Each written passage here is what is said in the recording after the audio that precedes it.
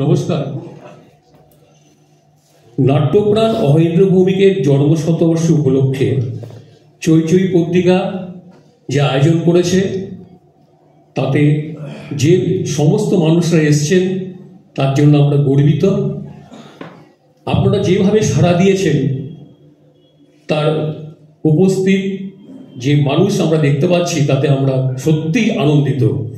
আমাদের মধ্যে রয়েছেন বিমলকান্তি দাশগুপ্ত, তাকে আমরা সভাপতি হিসাবে বরণ করে নিতে চাই। এটা সমর্থন করবেন? আমি এটাকে সমর্থন করছি। বিমলাবুকে ডেকে দেবো, তারপরে ওনার নির্দেশ মতোই আমরা পরবর্তী কাজে চলে যাব।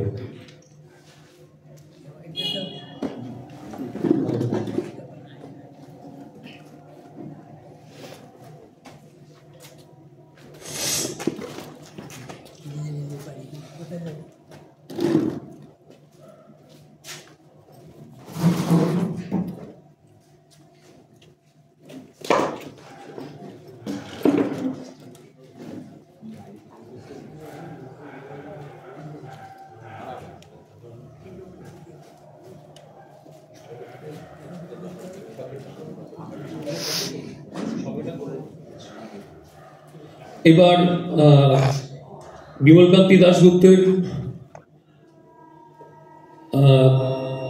অনুরোধে আমি সবাইকে ডেকে নিচ্ছি। শ্রী মনতোষ চক্রবর্তী, ওনাকে আমরা মঞ্চে আসার অনুরোধ করছি।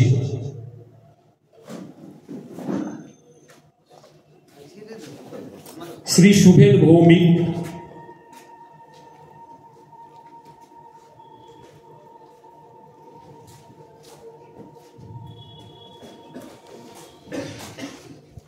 শ্রী সুদীপ্ত চক্রবর্তী,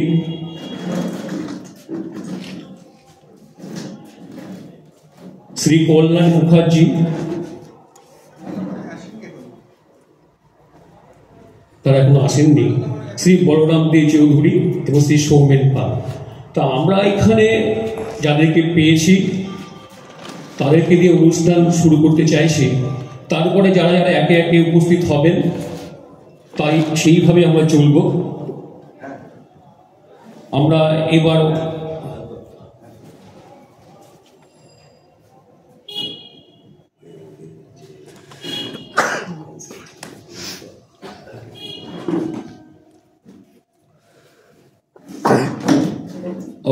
আমাদের মধ্যে রয়েছেন নীলরতন বালা মহাশয়, ওনাকে আমরা ডাকছি, আপনি আসুন, কোনো অসুবিধা নেই, এখানে সব নিজেদের মধ্যে ব্যাপার, আপনি চলে আসুন।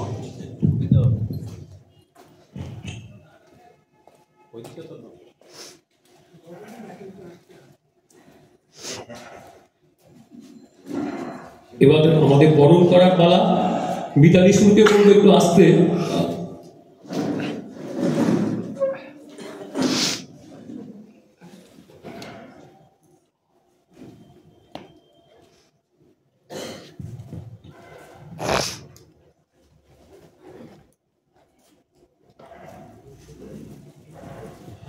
আমরা প্রথমে বরণ করব সভাপতি বিমলকান্তি দাশগুপ্তকে, করবেন রাজদীপ সু।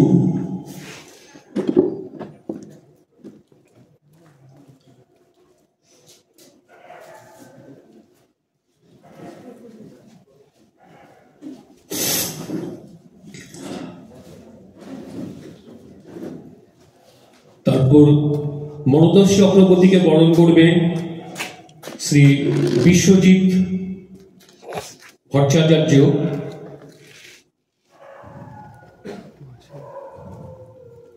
আমাদের ছোটন কোথায়?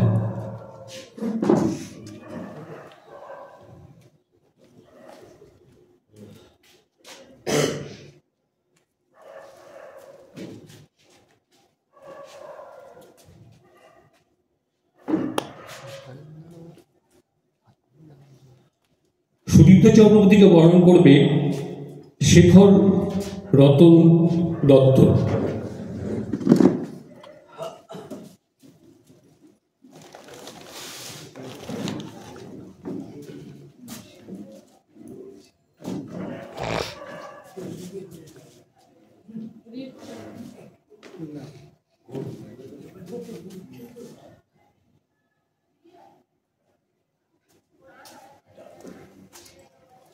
নীলরতনবালাকে বরণ করে নেবেন শুভেন্দু দে,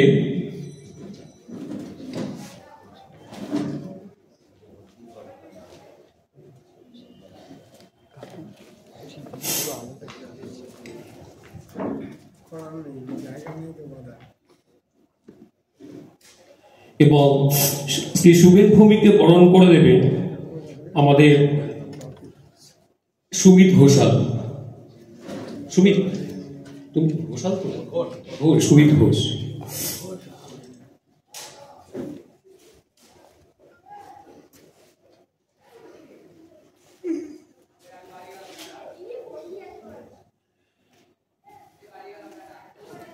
এবার দ্বিতীয় কার্যক্রম আমরা চলে যাচ্ছি। আমাদের এবার উদ্বোধনী সঙ্গীত সোনালী বিশ্বাসকে ডেকে নেব।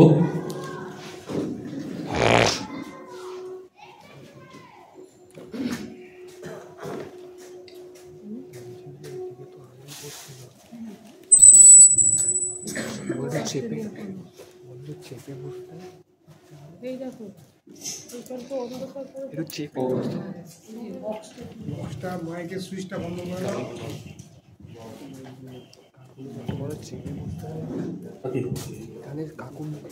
দাও। মাইকের সুইচটা বন্ধ করে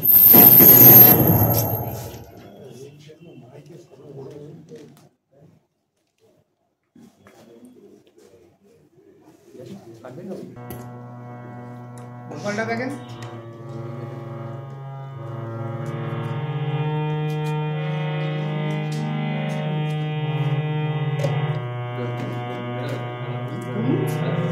हेलो हेलो हेलो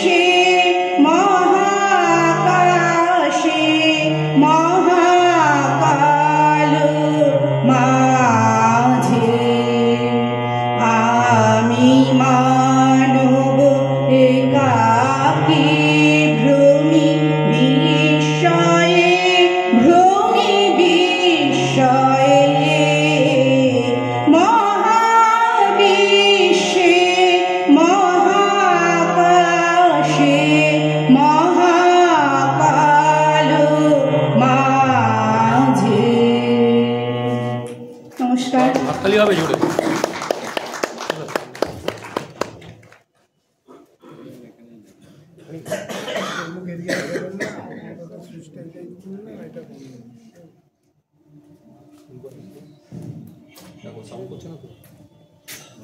আমাদের প্রথম অনুষ্ঠান শুরু হলো উদ্বোধনী সঙ্গীতের মাধ্যমে।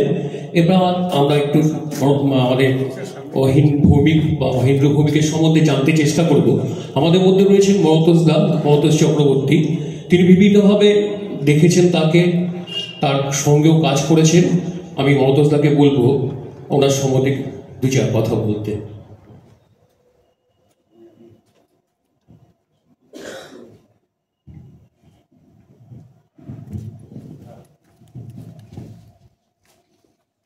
তাই বলি পারবো দাঁড়িয়ে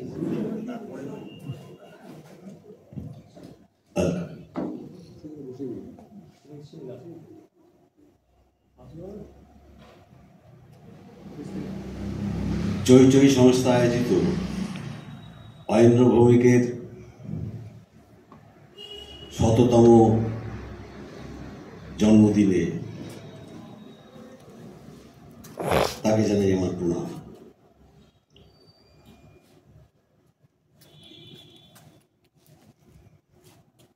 মহেন্দ্র ভৌমিককে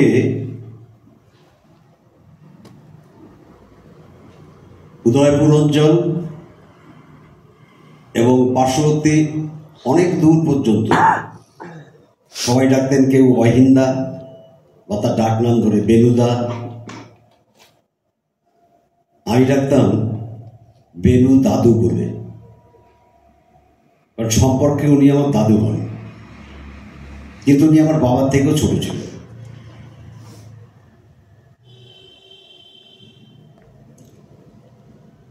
তা বেনু দাদু সম্পর্কে স্মৃতিচারণা করতে গেলে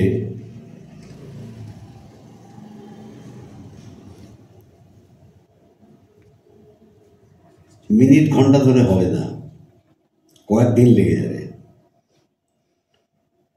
কিন্তু আমাদের হাতে সময় অল্প অল্প কথার মধ্যেই আমি তার দু একটি দিক উন্মোচন বলবো, দু একটা দিক সম্পর্কে, বাকিরা অন্যান্য দিক সম্পর্কে বলবেন। মহেন্দ্র ভৌমিককে, বেনু দাদুকে মূলত আমরা তিনটে রূপে দেখেছি। এক হচ্ছে নাট্য সমালোচক, নাট্যকার এবং নাট্য সংগঠক। এবার আমি যদি পক্ষপাতহীনভাবে তার সম্পর্কে একটু মূল্যায়ন করতে যাই, তাহলে আমাকে বলতেই হবে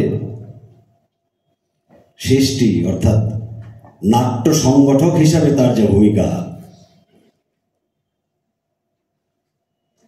সেটি বাকি দুটিকে ছাপিয়ে গেছে।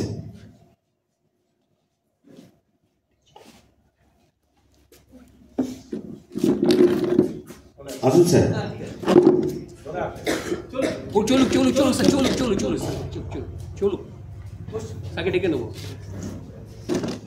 মহেন্দ্র ভৌমিক এক হিসাবে আমার গুরুও বলতে পারেন। কি অর্থে? আমি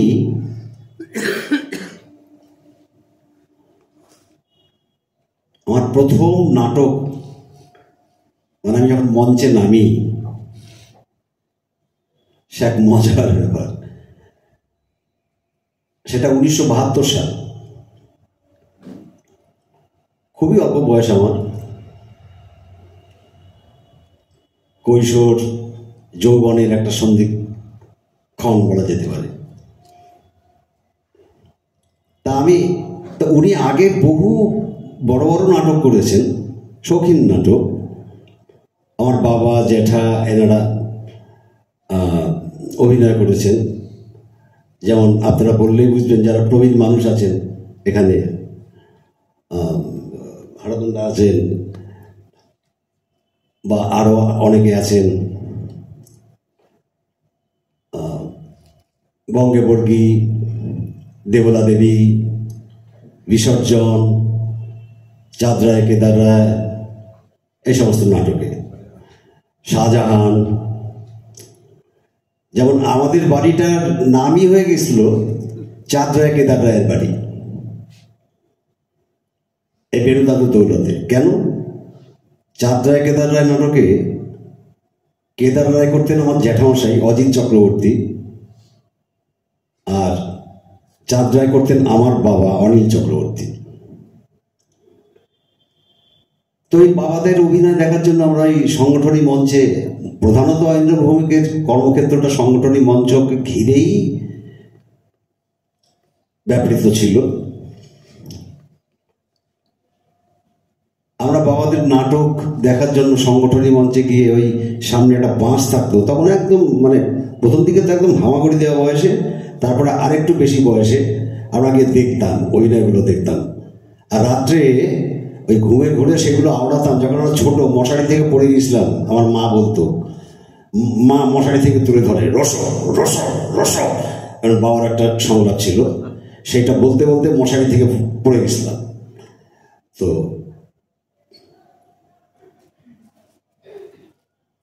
তো যাই হোক, সে একটা যুগ ছিল। তারপরে ধীরে ধীরে ধীরে ধীরে ধীরে ধীরে ধীরে ধীরে সময়ের দাবিতে বেণুদাদুও তার নাটকের পরিচালনা করতেন। তার নাট্য নির্বাচন বদলালেন, এই এই করতে করতে করতে করতে 1972 আমরা এসে করলাম, উনি করলেন আর কি পদ্মা তীরে সূর্যোদয়। তখন ওই 1971 বাংলাদেশ যুদ্ধের পটভূমিকায় সেই নাটকটি লিখেছিলেন প্রয়াত শ্রী নিহার গুল, রাইট? নিহার গুল, ও হরদা, তাই তো, নিহার গুল। তো আমাকে একটা কনস্টেবলের পাঠ দিয়েছিল। আমি রোজ রোজ গিয়ে ওই বাপ জ্যাঠার কাছে শুনতে শুনতে শুনতে শুনতে ওদের রিহার্সাল আমি শুনতাম, উইংসের পাশে বসে থাকতাম। তো আমাকে একটা কনস্টেবলের পাঠ দিয়েছিল। সিনটা হয়ে যাচ্ছে, সিনটা হয়ে যাচ্ছে, সিনটা হয়ে যাচ্ছে, 2-4 বার ডেকেছে আমাকে অফিসার। আমি সিন দেখেই যাচ্ছি, দেখেই যাচ্ছি, দেখেই যাচ্ছি, মানে সিনে যে ঢুকবো এটা আমি ভুলেই গেছি, কোনোদিন ঢুকিনি। তো হঠাৎ দেখি পেছন থেকে কোমরে একটা লাথি, এই হারামজাদা ঠক। আমি একদম সোজা গিয়ে ইয়েস স্যার বলে গিয়ে একদম স্যালুট দিয়ে গিয়ে দাঁড়ালাম। এই বেণুদাদু একটা লাথি মেরে আমার স্টেজে ঢুকে দিয়েছিল।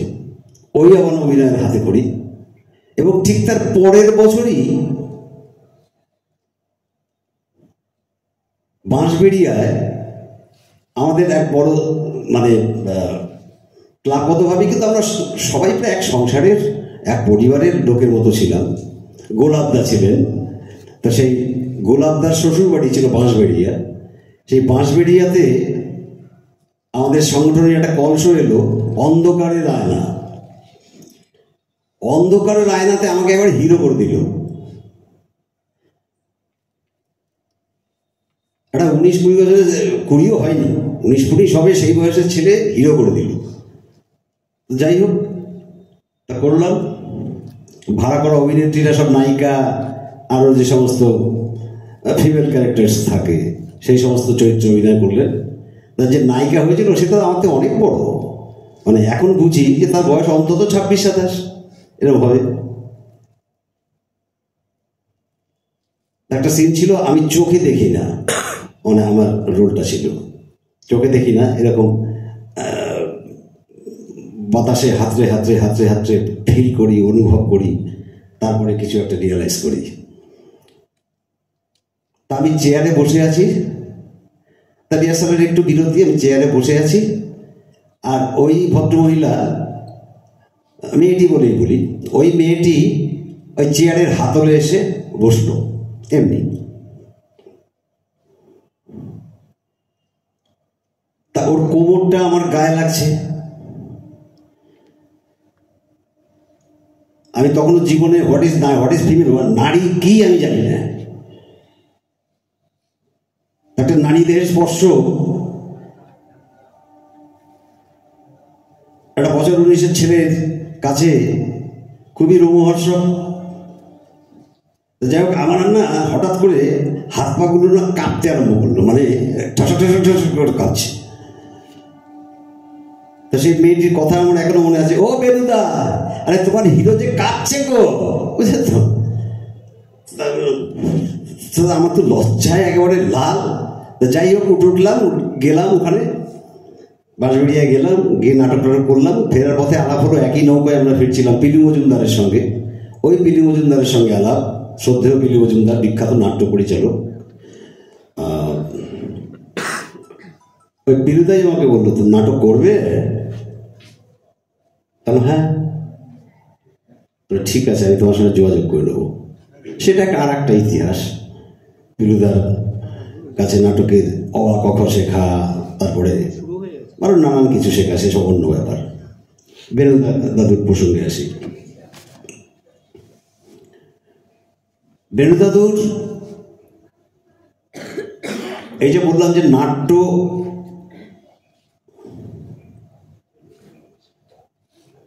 যে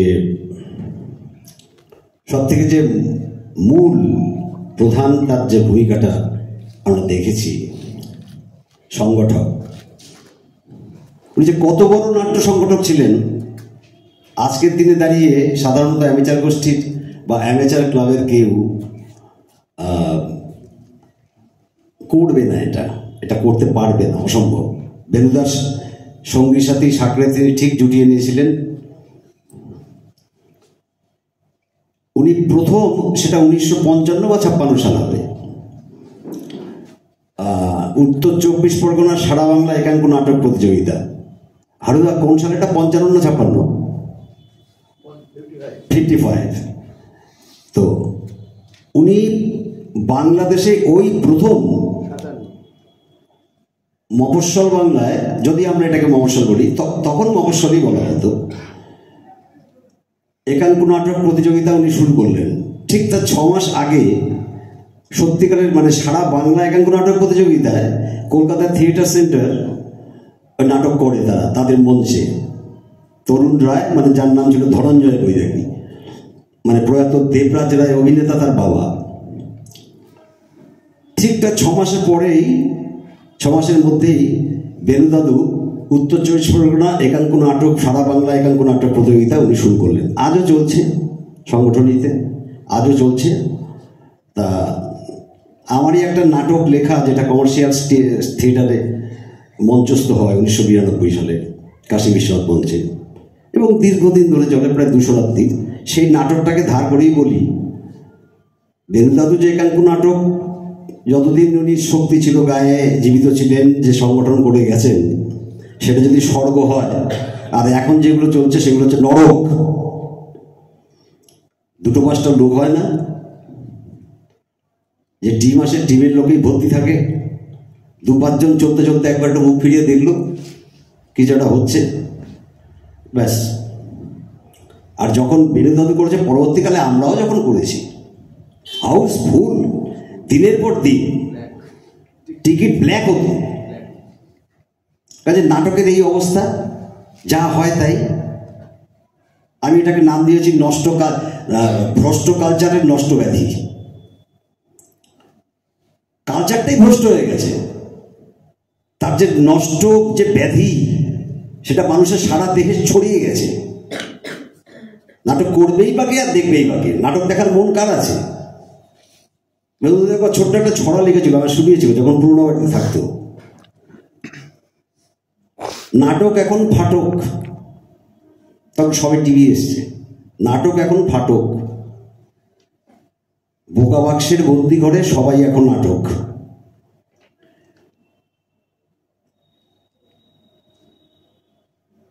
তো এই আরো আগে চলে যাই, আসলে এত ব্যাপ্তি আছে না মানুষটার জীবনে, যে কোন জায়গা থেকে শুরু করে কোন জায়গায় শেষ করব এটা বলা খুব মুশকিল। যখন যেটা মাথায় আসে তখন সেটা বেরিয়ে আসে। 1962 সালে ভারত চীন যুদ্ধ যখন হয়, সেই সময় বেনুদাদু মঞ্চস্থ করলেন মনমথ রায়, বিখ্যাত নাট্যকার, তার লেখা মহাপ্রেম নাটকটি।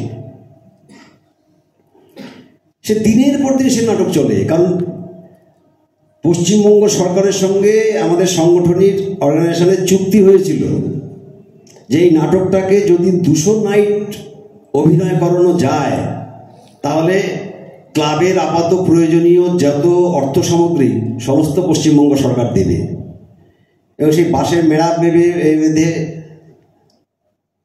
মঞ্চ বেঁধে টিকিট করে সে নাটকের প্রদর্শনী হতো দিনের পর দিন। প্রথম দিকে প্রচণ্ড ভিড়, পরের দিকে 10টা-15টা লোকও থাকতো না, কিন্তু নাটক মঞ্চস্থ হয়েই যেত।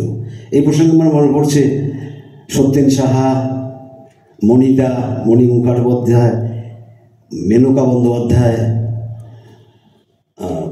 প্রবীণ অভিনেত্রী এখন মেনকা বন্দ্যোপাধ্যায়কে আপনারা ডেকেছিলেন? আসতে পারেননি না? উনি থাকলে খুব ভালো হতো। তাই মহাপ্রেম নাটকের নায়িকা ছিলেন উনি। এইরকম প্রায় 200 রজনী পার করার পরে নাটক একদিন শেষ হলো। পশ্চিমবঙ্গ সরকারও তার কথা রাখলেন, আমাদের সংগঠনই ফাইন্যান্সিয়াল গ্র্যান্ট পেল।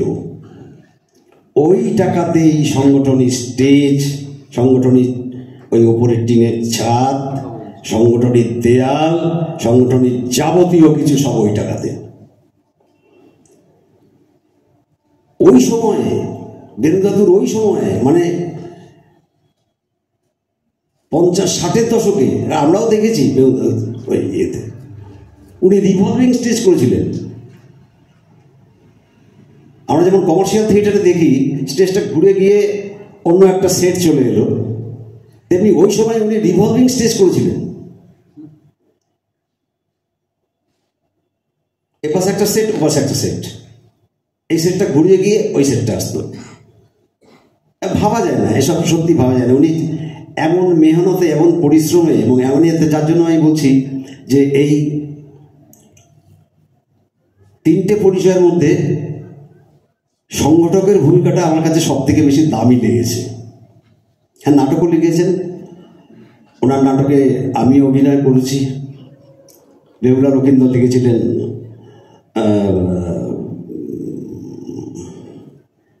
80-র দশকের শেষে কি 90-তে, তাতে করেছি অভিনয়, ওনারই পরিচালনায়। আরও কিছু নাটকে করেছি। কলিক পেন বলে একটা নাটক লিখেছিল, যে নাটকটা করা হয়নি। কলিক পেন মানে কতগুলো দুষ্কৃতিকারী একজন প্রতিবাদী লোককে মেরে পিটিয়ে খুন করে ডাক্তারকে হুমকি দেখিয়ে সার্টিফিকেট বার করে আনলো যে এই লোকটার নাকি কলিক পেন ছিল, আর এই কলিক পেনের ট্রিটমেন্ট না হতেই লোকটা মারা গেছে।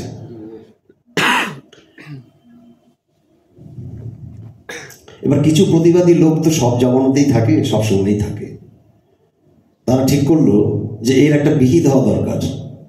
তারা ওই গুন্ডা বদমাস ছেলেগুলোকে ধরলো, ধরে সবগুলোকে পিটিয়ে পিটিয়ে মারলো, মেরে ওই ডাক্তারকে ভয় দেখিয়ে আবার তার থেকে সার্টিফিকেট বার করে আনলো কলিক পেন। এই লোকগুলো সব কলিক পেন হয়েছিল, কলিক পেনে মারা গেছে। পুলিশ যখন এলো বললো আমরা কি করবো স্যার, কলিক পেনে যদি কেউ মারা যায়। নাটকটা আমরা রিহার্সাল স্টার্ট করেছিলাম, কিন্তু আর করতে পারিনি। আজকে এরকম একটা প্রতিবাদী নাটক হওয়া দরকার। করবে কে? সব তো নিরাপদ দূরত্বে রয়েছে না, সবাই নিরাপদ দূরত্বে রয়েছে, করবে না। আমি এ বিষয়ে আমি অহংকারী বা আত্মম্ভরী গলায় বলছি না। 1982 সালে আমি নিজেই একটি একাঙ্ক নাটক লিখেছিলাম, একটি অবাক বিপন্ন জিজ্ঞাসু মানুষ, সমরেশ বসুর মানুষ উপন্যাস থেকে। এই নাটকটা আমরা বিভিন্ন জায়গায় একাঙ্ক নাটক কম্পিটিশনে যাই, বিভিন্ন জায়গায় আমি কোথাও ফার্স্ট হই, কোথাও সেকেন্ড হই, কোথাও থার্ড হই, কিন্তু বেস্ট অ্যাক্টরের শিরোপাটা আমাদের থেকে কেউ ছিনিয়ে নিতে পারেনি। জ্যোতি বসু এবং তার ছেলে চন্দন বসু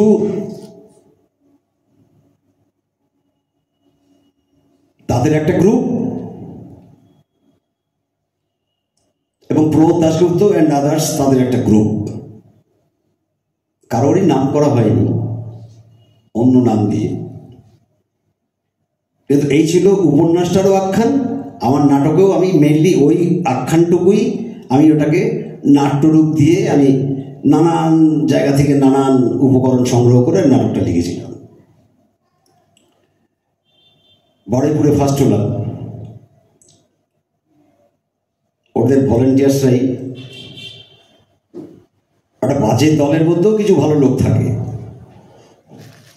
আজকে যে সমস্ত বাজে দল আমরা চোখের সামনে দেখছি তাদের মধ্যে কি কেবল ভালো লোক নেই? নিশ্চয়ই আছে, কিন্তু ওই যে গড্ডালিকা প্রবাহ, গা ভাসিয়েই যেতে হবে, তাই তারা গা ভাসিয়েই যাচ্ছে।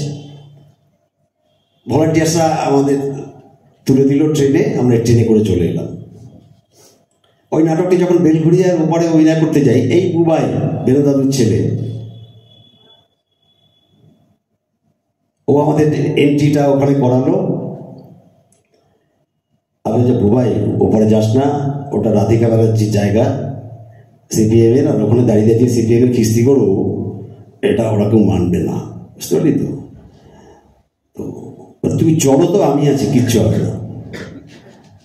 এই বুবাই ওপারে নিয়ে গেল এবং নাটকের মাঝপথেই দেখতে পাচ্ছি এখানে হট্টগোল, ওখানে হট্টগোল, ওখানে হট্টগোল, স্টেজে দাঁড়িয়ে দেখতে পাচ্ছি হট্টগোল হট্টগোল হট্টগোল হট্টগোল হট্টগোল এই সে। কিন্তু কেউ আমাদের নাটকে বাধা দেয় না, কেউ আমাদের নাটকটাকে ভেঙে দেয়নি, কারো হাতে আমাদের নিগৃহীত হতে হয়নি।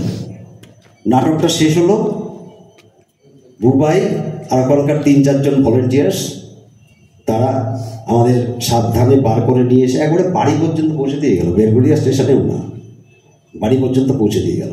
তফাৎ আছে এইখানে, তফাৎটা এইখানেই। কেন মানুষ আজকে প্রতিবাদী নাটক করতে দ্বিধাবোধ করছে?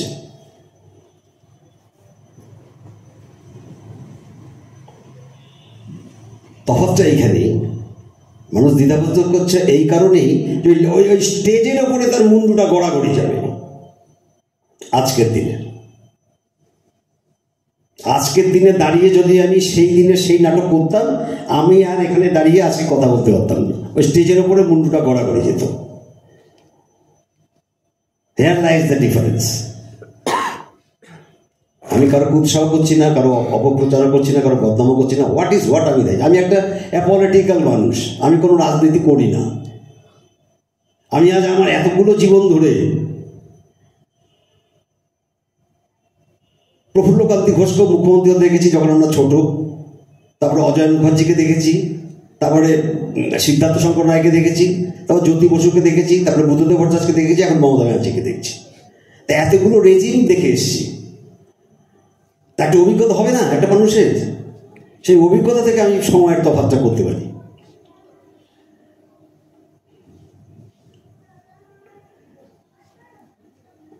আজকেও অনেক গ্রুপ থিয়েটার রয়েছে,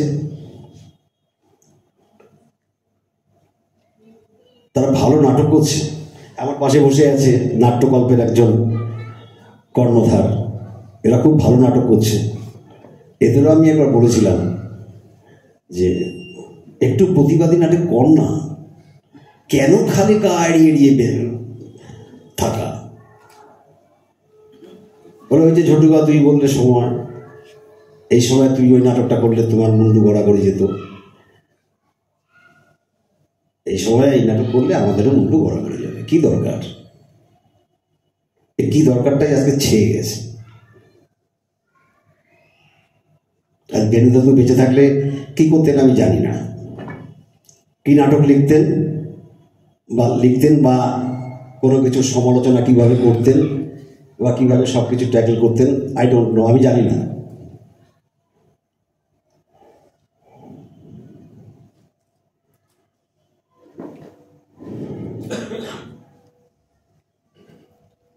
তবে আমি একটা কথা বলে শেষ করব, বেশি বলবো না। আমি আর আছেন এখানে অনেকে বলার বেনুদাদু সম্পর্কে। বেনুদাদুকে নিয়ে আলোচনা বহুদিন ধরে চলতে পারে, আধ ঘন্টা 1 ঘন্টা কিংবা 2 ঘন্টায় তার সম্পর্কে আলোচনা শেষ হন না। কারণ তিনি একটা নানা গুণের একটা মানুষ ছিলেন, তার মধ্যে অনেক রকম গুণ ছিল। নাট্যকার হিসাবে আমি তাকে খুব একটা বেশি নম্বর দেব না। সমালোচক হিসাবে আমি খুব ভালো ছিলেন, ভীষণ। আর সংগঠক হিসাবে তো অতুলনীয়। নাট্য সংগঠক হিসাবে অতুলনীয়। সেই ধরনের নাট্য সংগঠক আমরা আজকেও খুঁজে পাই না, বা আমার মনে হয় পাবো না।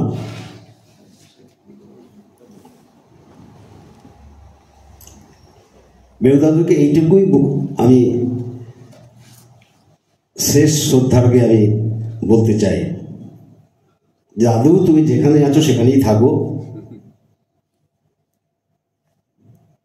এই লুম্পেনের যুগে এসে তোমাকে আর কলম ধরতে হবে না। নমস্কার। মন্তসদার কাছে আমরা অসাধারণ কথা শুনলাম, আরও ইচ্ছা ছিল অনেক কিছু শোনার, কিন্তু সময় তো কম, কারণ আমাদের অনেক বড় প্রোগ্রাম। চেতনার জ্বালায় দগ্ধ দেহ, শটান ছুটে গিয়েও রয় সংগঠনের বুকময়, যাতে ত্বকটা নিভে না যায়। আমরা বেণুদাকে নেভাবো না, বেণু জেঠুকে নেভাবো না, আমরা এভাবে জ্বালিয়ে রাখবো। এবার সুদীপ্ত চক্রবর্তী, তার কাছ থেকে আমরা শুনবো সে কি বলে, আমরা শুনি তার সম্বন্ধে। আমরা স্যার এসে গেছে, সৌমেন পাল মহাশয় আমাদের মধ্যে, আমাদের স্কুলের হেডমাস্টার মশাই আমাদের স্কুলে উনি এসেছেন, আপনাকে ডেকে নেবো, এটা হোক আস্তে আস্তে। উপস্থিত সবাইকে নমস্কার। অহিন্দ্র ভৌমিককে তার শতবর্ষে প্রণাম জানানো। একটু ব্যক্তিগত প্রসঙ্গ দিয়েই শুরু করি। বেণুদাদু, অহিন্দ্র ভৌমিককে আমি বেণুদাদু বলতাম। আমার কাকা মনতোষ চক্রবর্তী, নিজেরই কাকা। আমার বাবা তাকে বেণুদাদু বলতেন, কাকারাও বেণুদাদু বলতেন। বাবার দাদুকে কি বলতে হয় এ আমার জানা ছিল না, সম্বোধনটা কি হবে আমার জানা ছিল না, সম্ভবত আমার বাবারও জানা ছিল না, তাই আমিও বেণুদাদুই বলতাম বাবা কাকাদের অনুকরণে। তো বেণুদাদুকে ঝন্টু কাকার মতো, মানে মনতোষ চক্রবর্তীর মতো করে করে তো আমি চিনি না, কারণ বয়সের ফারাক আছে। তাছাড়া আমি চিরকালই একটু মুখ চোরা গোছের ছিলাম। নাটক স্টেজে উঠে করবো এই কথা কখনো ভাবিনি, এই বছর 3 আগে পর্যন্ত ভাবিনি, সেভাবে অভিনয় করিও নি। এখন একটু একটু চেষ্টা করি বুড়ো বয়সে এসে। আমি বেণুদাদুর ছোট ছেলে পুপুন, সে ছিল আমার বন্ধু। ছোটবেলা থেকেই পুপুনদের বাড়িতে যেতাম। ওদের বাড়ির সামনে এক চিলতে বারান্দা ছিল, সেখানে সানি পিসি, মানে বেণুদাদুর মেয়ে, যিনি আর দুর্ভাগ্যজনকভাবে বেঁচে নেই, ভারী স্নেহশীল মানুষ ছিলেন সানি পিসি। তো সেই সানি পিসির পরিচালনায় আমরা ছোটরা নাটক করতাম। সেই ঠোঁটে আলতা টালতা মেখে নাটক করতাম, ছোটরা যেমন করে।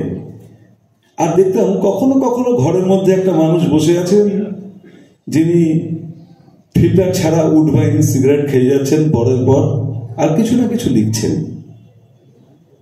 এই লোকটা যে আসলে কে আমি ঠিক ঠিক বুঝতে পারলাম যখন আমি স্কুলের পড়াশোনা, স্কুলের গণ্ডি ডিঙিয়ে কলেজে ভর্তি হলাম ইংরেজি সাহিত্যে অনার্স পড়বো বলে। আমাদের বাড়িতে সংস্কৃতির চল ছোটবেলা থেকে দেখে আসছি, নাটক করা, আবৃত্তি করা, গান গাওয়া। আমার দাদুরা, আমার কাকা, 2 কাকা, যাদের নিয়ে আমি ভীষণ গর্বিত, তাদের দেখে আসছি। কিন্তু সমস্যা হলো এরা বিজ্ঞান নিয়ে পড়েছেন, বাণিজ্য নিয়ে পড়েছেন, কলা নিয়েও পড়েছেন, ইংরেজি সাহিত্য নিয়ে কেউ পড়েননি। এখন কতগুলো ব্যাপার আছে, প্রত্যেক বিষয়েই আছে কিছু প্রকরণগত ব্যাপার, যেগুলো সম্বন্ধে না জানলে সেই বিষয়টা নিয়ে সমস্যা করতে হয়।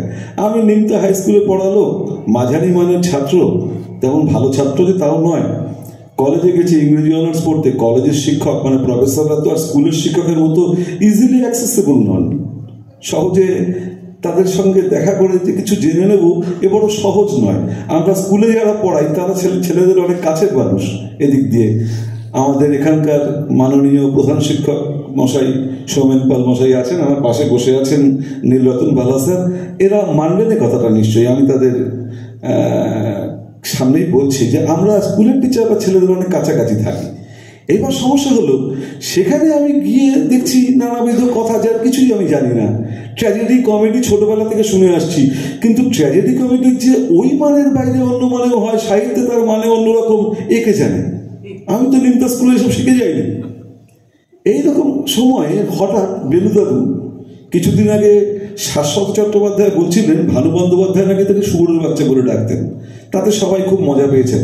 আমি একটু নতুন লাগেনি ব্যাপারটা আমার কাছে, কারণ এই ডাক শুনে আমি বড় হয়েছি। বেণুদাদু আমাকে কখনো হারামজাদা, কখনো শুয়োরের বাচ্চা বলেই ডাকতেন।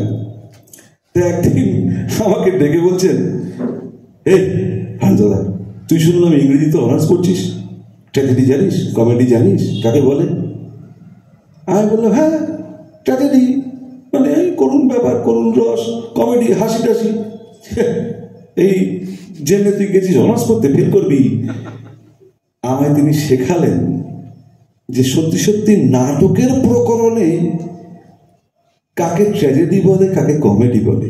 তার চেয়েও চমকপ্রদ ব্যাপার ঘটেছিল।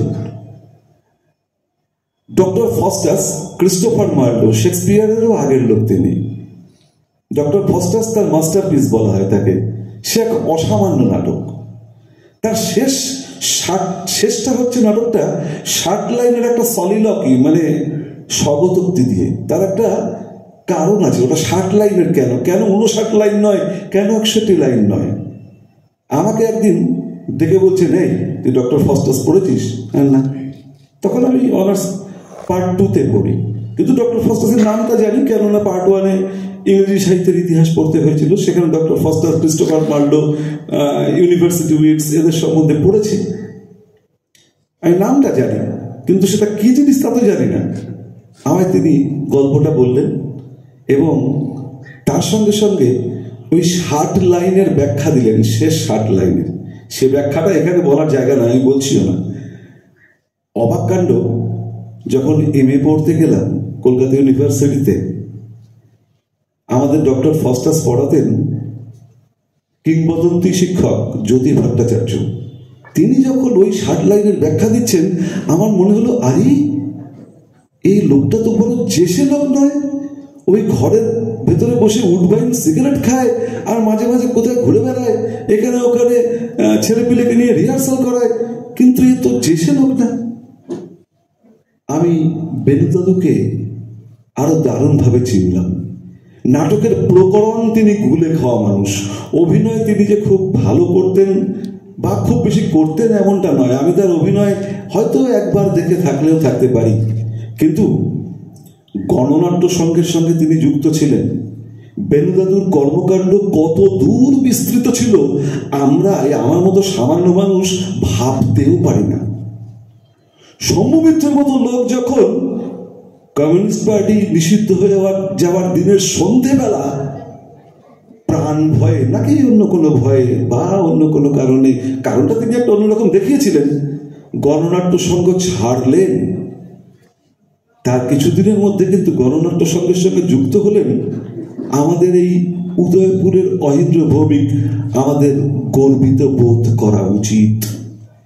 আমরা লড়াইয়ের ময়দান ছেড়ে যাইনি কখনো। এই যে সংগঠনী মঞ্চ, এই সংগঠনী মঞ্চে আমরা এমন সব একাঙ্ক নাটক দেখেছি যে নাটক বাংলার গর্ব। কে না করেছেন? আমরা এখানে নটসেনার অভিনয় দেখেছি, আমরা এখানে জিওদার্ণ ব্রুনোর মতো নাটক দেখেছি, আমরা আব্রু দেখেছি, আইন দেখেছি, আরো আরো কত কত নাটক।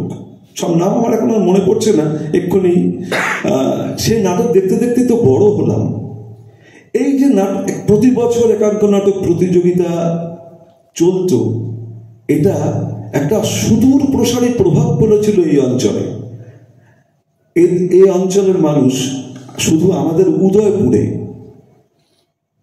অনিল চক্রবর্তী আমার নিজের ঠাকুরদা। অনিল চক্রবর্তী তার ভাই, তিনিও আমার নিজেরই ঠাকুরদা। আমাদের আত্মপর ভেদ ছিল না, আমরা একই পরিবারের লোক, মানে হাড়িটা আলাদা, মন কখনো আলাদা হয়নি আমাদের। ঝন্টু কাকা আমার কাকাই, যদিও আমার বাবার খুঁড়তুতো ভাই।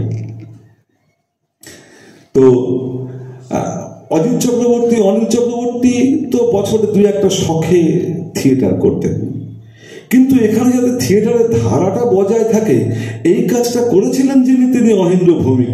যে কারণে তিনি যখন বিচারক হয়ে বিভিন্ন জায়গায় একাঙ্ক নাটক প্রতিযোগিতায় যেতেন, যেখানে যা ভালো নাটক দেখতেন তাদের চেষ্টা করতেন এখানে অভিনয় করাতে, এবং তার ফল কি হল আমরা পরবর্তীকালে দেখলাম। এই স্টার অভিনেতা মনতোষ চক্রবর্তী, আমাদের হারু দাদু বলবো না, হারু দা বলবো, হারাধন চক্রবর্তী, তার ভাই গৌতম চক্রবর্তী, কল্যাণ মুখোপাধ্যায় মানে কেষ্ট কাকা, তরুণ চক্রবর্তী আমার আরেক কাকা, ঝন্টু কাকার ছোট ভাই, এদের মতো, এবং প্রবীর বন্দ্যোপাধ্যায়, এদের মতো অত্যন্ত শক্তিশালী অভিনেতা, নাট্যবোদ্ধার উঠে আসা, এটা কিন্তু সম্ভব ছিল না যদি ক্রমাগত এই ভালো নাটকগুলো আমরা না দেখতাম। তার মানে আমি অভিনয় করিনি বটে, কিন্তু নাটক আমার প্রথম প্রেম সাহিত্যে। আমার ছাত্ররা যাদের আমি স্কুলে পড়াই তারা জানে যে স্যারকে যদি পড়াতে না দিতে হয়, স্যারকে নাটক নিয়ে একটা বিতর্কিত কথা বলে দিতে হবে, ব্যাস সারা পিরিয়ড ওই নিয়ে তিনি চালিয়ে যাবেন, কিছু পড়াবেন না। ওটা আমার প্রথম প্রেম। এই ব্যাপারটা আমাদের মধ্যে এনে দিয়েছিলেন যিনি, তিনি অহিন্দ্র ভৌমিক, আমাদের বেনুদাদা। আরো একটা কথা তার সম্বন্ধে বলতে হয়, নাট্য সংগঠক হিসেবে বলছিলেন ঝন্টু কাকা, মানে মনতোষ চক্রবর্তী। ক্ষুধিত পাষাণ রবীন্দ্রনাথের ছোট গল্প অবলম্বনে, ডালিয়া ছোট গল্প অবলম্বনে তিনি যে নাটকগুলো তৈরি করেছিলেন এখানকার ছেলে মেয়েদের নিয়েই, সেগুলো কিন্তু সাধারণ নাটক ছিল না, অনেকটা অপেরা ধর্মী নাটক ছিল। এবং এগুলো নিয়ে তিনি সারা পশ্চিমবঙ্গ ঘুরে বেরিয়েছেন। একজন মানুষ, তিনি একটা ছোট গল্পকে রবীন্দ্রনাথের ওই চেনা পরিচিত শ্যামা চিত্রাঙ্গদা সাপমোচনের অশ্রুমোচন না করে তিনি নতুন প্রকরণে ছোট গল্পকে আনলেন স্টেজে। লোকটার ইনোভেটিভ পাওয়ার, তার ইম্প্রোভাইজেশন কতখানি সেটা প্রমাণ করে। আমরা এই অঞ্চলে যে এখনো কিছু নাট্যদল নাটক করে চলেছেন নিয়মিত, এখনো যে এখানকার মানুষ এই টিভি সিরিয়াল এবং ওয়েব সিরিজের সর্বগ্রাসী সাম্রাজ্যবাদের মধ্যেও নাটককে এগিয়ে নিয়ে যাওয়ার চেষ্টা করছেন, সে আসলে আমাদের অহিন্দ্র ভৌমিকেরই উত্তরাধিকার। আমরা যদি তাকে আজ ভুলে যাই, তাতে অহিন্দ্র ভৌমিকের আর কিছু যাওয়া আসার তো ব্যাপার নেই, তিনি অবিচার বিচারের ঊর্ধ্বে। কিন্তু মানুষ হিসেবে আমরা তাকে ভুলে গেলে আমরা নিজেদের কলঙ্কিত করব। সংগঠনী মঞ্চ এবছর বিখ্যাত নাট্য ব্যক্তিত্ব নাট্যকার শ্রদ্ধেয় মনোজ মিত্রের প্রয়াণে তাদের মঞ্চের নাম দিয়েছে মনোজ মিত্র মঞ্চ। খুব ধন্যবাদার্য ব্যাপার, কিন্তু অহিন্দ্র ভৌমিকের নামে কি এই মঞ্চটার অনেক আগে নাম দেওয়া উচিত ছিল না? অজিত চক্রবর্তী, অনিল চক্রবর্তীর নামে কি মঞ্চের নাম দেওয়া উচিত ছিল না? আমরা যদি ভুলে যাই, আবারও বলি, মানুষ হিসেবে আমাদের অসম্মান। কেননা তার কর্মকাণ্ড বিস্তৃত ছিল পশ্চিমবঙ্গ জুড়ে, কিন্তু কেন্দ্রটা ছিল সংগঠনী। এবং আমরা যদি কিছু নাটকে উৎসাহী হয়ে থাকি, যদি একটুও নাটক বুঝে থাকি, সেটা তাঁরই জন্য। আমি এখান থেকে আবেদন রাখছি সাংগঠনিক কর্তৃপক্ষের কাছে, কোনো না কোনোভাবে যেন তাকে সম্মানিত করা হয়, তাহলে আমরা সম্মানিত করব। আপনাদের ধন্যবাদ, প্রণাম জানাই বেনুদাদুকে। অসাধারণ লাগছে আজকের অনুষ্ঠান, একটু ভিন্ন ধর্মী। আসলে আমরা এর আগে যখন অহিন্দ্র ভৌমিকের অনুষ্ঠান হয়েছিল, তার মৃত্যুর পরে আমরা আবেদন করেছিলাম তার মঞ্চটা তার নামে করার জন্য।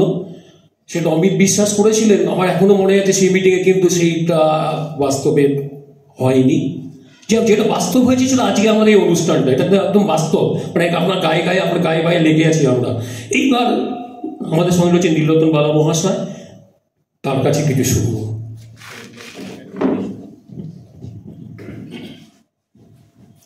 আজকের এই মহতী কর্মযজ্ঞে শ্রদ্ধেয় সভাপতি,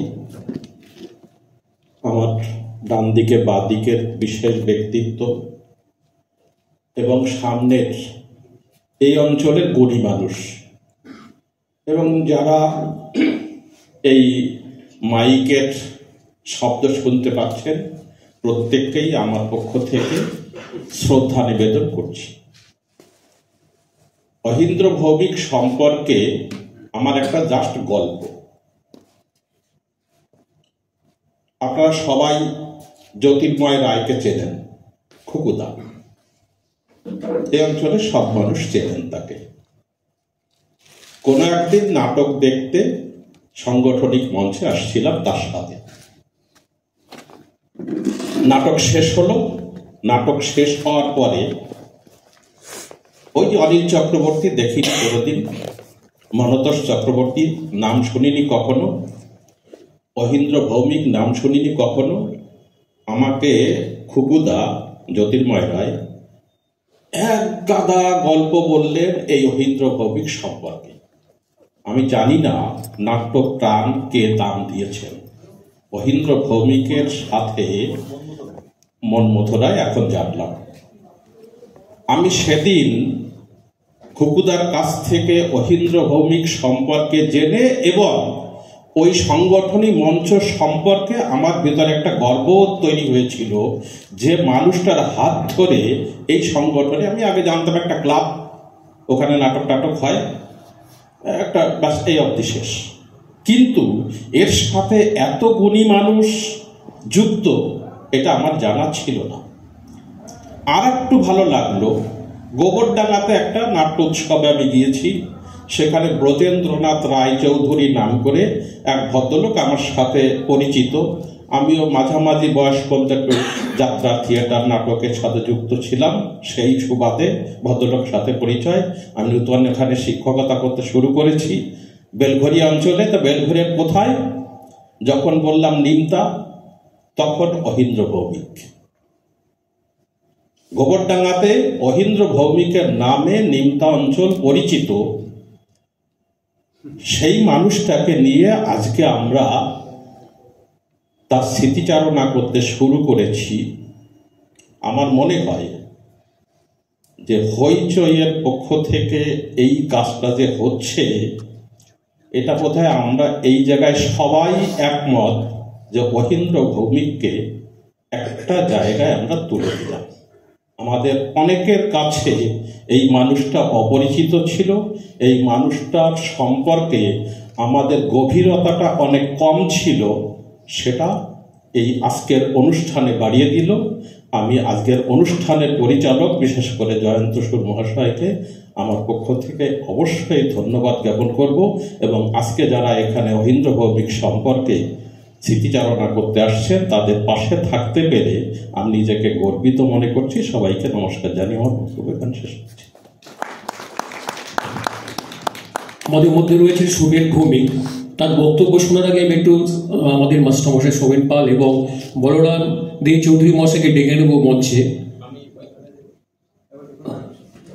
ওনারা ওখানটা গিয়ে বসতে চাইছেন, আমরা অনুমতি দিতে পারি। আপনি আসুন মাস্টারমশাইকে, আপনি আসুন। বলরাম দে চৌধুরীকে দেখলাম তো এইমাত্র মনে হচ্ছে। হ্যাঁ আসুন, আপনি আসুন, আপনাকে বরণ করা হবে। আচ্ছা অনি, তুমি একটু এসো, স্যারটা একটু বরণ করো, তোমাদের স্কুলের স্যার ছিলেন। আসুন।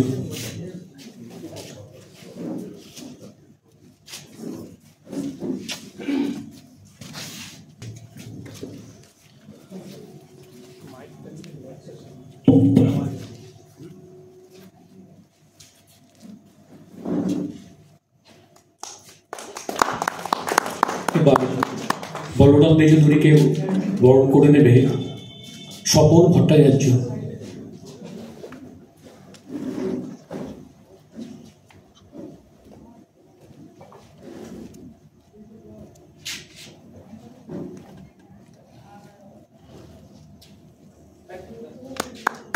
সোমেন ভৌমিককে এবার এপাশে একটু আসতে বলবো, না মাঝখানটা বসলেও হবে, অসুবিধা নেই। আচ্ছা আমরা তাহলে এবার চলে যাচ্ছি আমাদের সেই মূল অনুষ্ঠানে। এবারের বক্তা শ্রী সোমেন ভৌমিক, তিনি দাদু হিসাবে তাকে কিভাবে দেখেছেন ছোটবেলা থেকে, তিনি আমাদের সেই বক্তব্যটা মাধ্যমে তিনি জানাবেন। আমরা তার কথা শোনার চেষ্টা করব।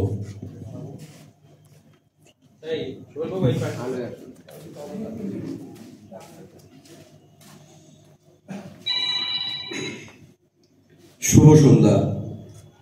সবার প্রথমে হইচই পরিবারকে জানাই আন্তরিক কৃতজ্ঞতা। হ্যাঁ চই কি বললাম? হ্যাঁ হইচই। চই পরিবারকে জানাই আমার পক্ষ থেকে এবং আমাদের পরিবারের পক্ষ থেকে আন্তরিক কৃতজ্ঞতা। আজকে এখানে যে গুণী মানুষদের বা গুণী নাট্য ব্যক্তিত্বদের সাথে আমি বসার সুযোগ পেয়েছি বা আপনাদের সামনে কিছু বলার সুযোগ পেয়েছি, তার একটাই কারণ, আমি অহিন্দ্র ভৌমিকের নাতি। আমাদের পরিবারে অহিন্দ্র ভৌমিক ছিলেন, তারা ছিলেন 3 ভাই। আমার দাদু ছিলেন বড় ভাই বারীন্দ্রনাথ ভৌমিক, মেজ ভাই ছিলেন নৃপেন্দ্রনাথ ভৌমিক, তিনি বেলঘড়িয়াতে থাকতেন না, আর ছোট ভাই অহিন্দ্রনাথ ভৌমিক। আমরা উদয়পুরে একই প্রেমিসিসের মধ্যে, আমার ছোট দাদু এবং আমরা, মানে আমার দাদু যে বড় ভাই ছিলেন, তারা একসাথেই থাকতাম। ছোটবেলা থেকে যখন আমার বয়স 4-5-এ পড়ি, একটু একটু করে নাটক কি পাশে সন্ধেবেলা হলেই তখন ক্ষুদিত পাষাণের খুব রিহার্সাল চলতো। আর তফাৎ যাও করে একটা ডায়লগ ছিল ক্ষুদিত পাষাণের, সেটা খুব চিৎকার করে করে যখন ডায়লগ শুরু হতো, প্রথম দিকটাতে একটু দরজা বন্ধ করে চেষ্টা করতাম পড়ায় মনোনিবেশ করার, কিন্তু তারপর আর ঘরে থাকতে পারতাম না, ছুটে গিয়ে রিহার্সাল দেখতাম। ওই ছোট্ট একটা 10x10 কামরার একটা ঘর, যার প্রায় অর্ধেকটা জুড়ে একটা চৌকি, একটা সোফা এরকম ছিল। সেই ছোট্ট জায়গাটার মধ্যে ক্ষুদিত পাষাণের রিহার্সাল দেখেছি আমি। আমি ছোট দাদুই বলতাম। ছোট দাদুর কোনো অভিনয় আমি কোনোদিনও দেখিনি, কিন্তু ছোট দাদুর ডিরেকশনে আমার নাটক করার একটা সৌভাগ্য হয়েছে। আমি রাহুমুক্ত যে বলে যে নাটকটি সেই সময় উনি করেছিলেন, অনেক শো করেছিলেন, সেখানে ভোলা বলে একটা ছোট ক্যারেক্টার ছিল বাচ্চার, সেই রোলটা আমি করার সুযোগ পেয়েছিলাম ছোট দাদুর নির্দেশনায়, এবং কলকাতার অনেক মঞ্চে নাটকটা আমার করার সুযোগ হয়েছিল। তারপরে আমার অনেক অজানা তথ্য আমি আজকে মনতোষ চক্রবর্তী এবং সুদীপ্ত চক্রবর্তী, আমরাও মনতোষ কাকু এবং সুদীপ্ত আমার দাদার মতোই, ওদের কাছ থেকে আমি শুনলাম, যেগুলো আমার কাছেও অজানা ছিল। আমার যখন এই নাটকের বোধ তৈরি হয়েছে, তারপর থেকে যতটুকু আমি জেনেছি, দেখেছি, তার আগের পোর্শনটা আজকে আমিও কিন্তু আপনাদের মতো আমিও জানলাম। অহিন্দ্র ভৌমিককে আরও নতুন করে অনেক কিছু জানলাম। তিনি কাজ করতেন কালান্তর পত্রিকায়, কালান্তর পত্রিকার সম্পাদক ছিলেন তিনি। নিয়মিত লেখালেখিও করতেন, সম্পাদকীয় কলমেও যেমন লেখালেখি করতেন, তেমনি এই নাটকের উপরে কোনো আলোচনা থাকলে সেটাও তিনি কালান্তর পত্রিকা লিখতেন। অফিস করে এসে সন্ধেবেলায় সপ্তাহে অন্তত 2-3 দিন তো রিহার্সাল হতোই আমাদের বাড়িতে। বহু গুণী নাট্য ব্যক্তিত্বকে আমাদের বাড়িতে যাতায়াত করতে দেখেছি সেই সময় ছোট ছিলাম বলে অতটা বুঝতে পারতাম না। যেমন চন্দন সেন, নাট্যকার চন্দন সেন সেই সময় অনেকবার এসেছেন আমাদের বাড়িতে। আজকে বুঝি চন্দন সেন কোন পর্যায়ের মানুষ, আজকে সেটা বুঝতে পারি, তখন সেই বোধটা ছিল না। চন্দন সেনের সঙ্গে একবার দেখাও হয়েছিল আমার। তো ছোট দাদুকে নিয়ে বহু স্মৃতিচারণ ওনার বাড়িতে আমাদের হয়েছে।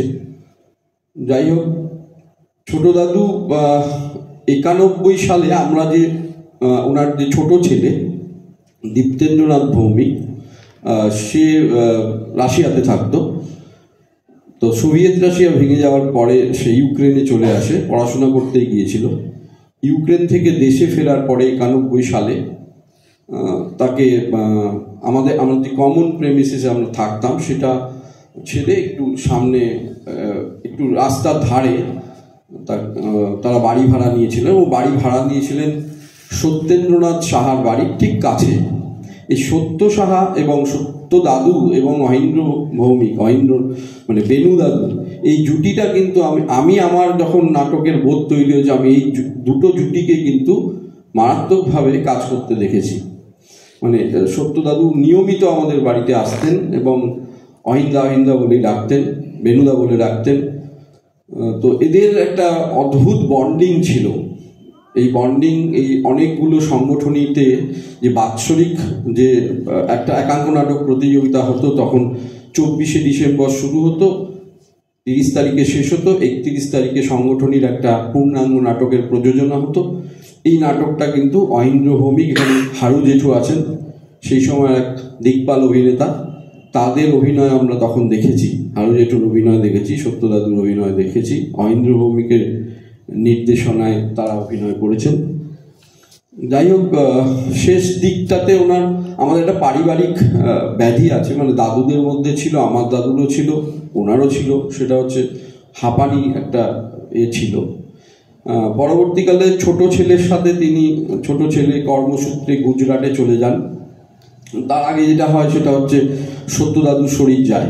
সত্য দাদু চলে যাওয়ার পরে আরও ভীষণভাবেই ছোট দাদু ভেঙে পড়েন, কারণ সেই বয়সে একটা বড় সঙ্গী ছিলেন সত্য দাদু, একদম পাশাপাশি বাড়িতে থাকাতে আরও নিয়মিত কথাবার্তা চলতো। কিন্তু সত্য দাদু চলে যাওয়ার পরে ছোট দাদু আরও অনেকটাই ভেঙে পড়েছিলেন। পরবর্তীকালে ছোট ছেলের কর্মসূত্রে গুজরাটে চলে যাওয়ার পর সেখানে তাকেও সপরিবারে চলে যেতে হয় এবং 99 সালের সেপ্টেম্বর মাসে সম্ভবত, আমার এক্স্যাক্টলি ডেটটা মনে নেই, আমরা ছোট দাদুকে হারিয়েছি। তার কিছুদিন বাদে ওনার ওয়াইফও মারা গিয়েছেন, 2003 সালে ওনার ওয়াইফ মারা গিয়েছেন। তো আজকের সবচেয়ে বড় আক্ষেপ হচ্ছে আমরা মনোদোষ চক্রবর্তী বা সুদীপ্ত চক্রবর্তীর মুখ থেকে অনেক কথা শুনলাম, যেগুলো অনেক আমারও জানা ছিল না। তো আজকে এই অনুষ্ঠানটা হইচই চইচই পরিবার যে আয়োজন করেছে, তারা তো সত্যি আজকে তাদেরকে ধন্যবাদ জানিয়ে ছোট করব না, কিন্তু এইটুকু বলবো যে সংগঠনীকে কেন্দ্র, মানে যে সংগঠনীর জন্ম হয়েছিল প্রায় অহিন্দ্র ভৌমিকের হাত ধরে, সেই সংগঠনীর উচিত ছিল এইরকম একটা আয়োজন করার। অন্তত এবছর ঠিক আছে, যেটা সুদীপ্তবাবু বললেন যে একজন গুণী মানুষের নামে তারা এবছরটা উদযাপন করছেন। আগামী দিনে ভেবে দেখা যেতে পারে অজিত চক্রবর্তী, অনিল চক্রবর্তী, অহিন্দ্র ভৌমিক, এদের অবদান সংগঠনের পেছনে কম ছিল না। আমি অহিন্দ্র ভৌমিকের অভিনয় দেখিনি, কিন্তু অনিল চক্রবর্তী, অজিত চক্রবর্তীর কিছু নাটক আমি ছোটবেলায় দেখেছি। তো আমাদের এখান থেকে আবেদন থাকবে, আমরাও যদি, যারা এখানে উপস্থিত হয়েছি, তারাও যদি সকলে একটু উদ্যোগ নিয়ে সংগঠনী মঞ্চে যে একাঙ্ক নাটক প্রতিযোগিতা হয়, সেই একাঙ্ক নাটকের শেষ দুটো দিন, মানে একাঙ্ক নাটক প্রতিযোগিতা ওদের এখন সম্ভবত একাঙ্ক নাটক প্রতিযোগিতা হয় না, এখন একটা আমন্ত্রণমূলক নাট্যোৎসব হয় সম্ভবত, আমি বলতে পারবো না, আমারও দীর্ঘদিন ধরে সংগঠনীর এই নাট্যোৎসব হয়।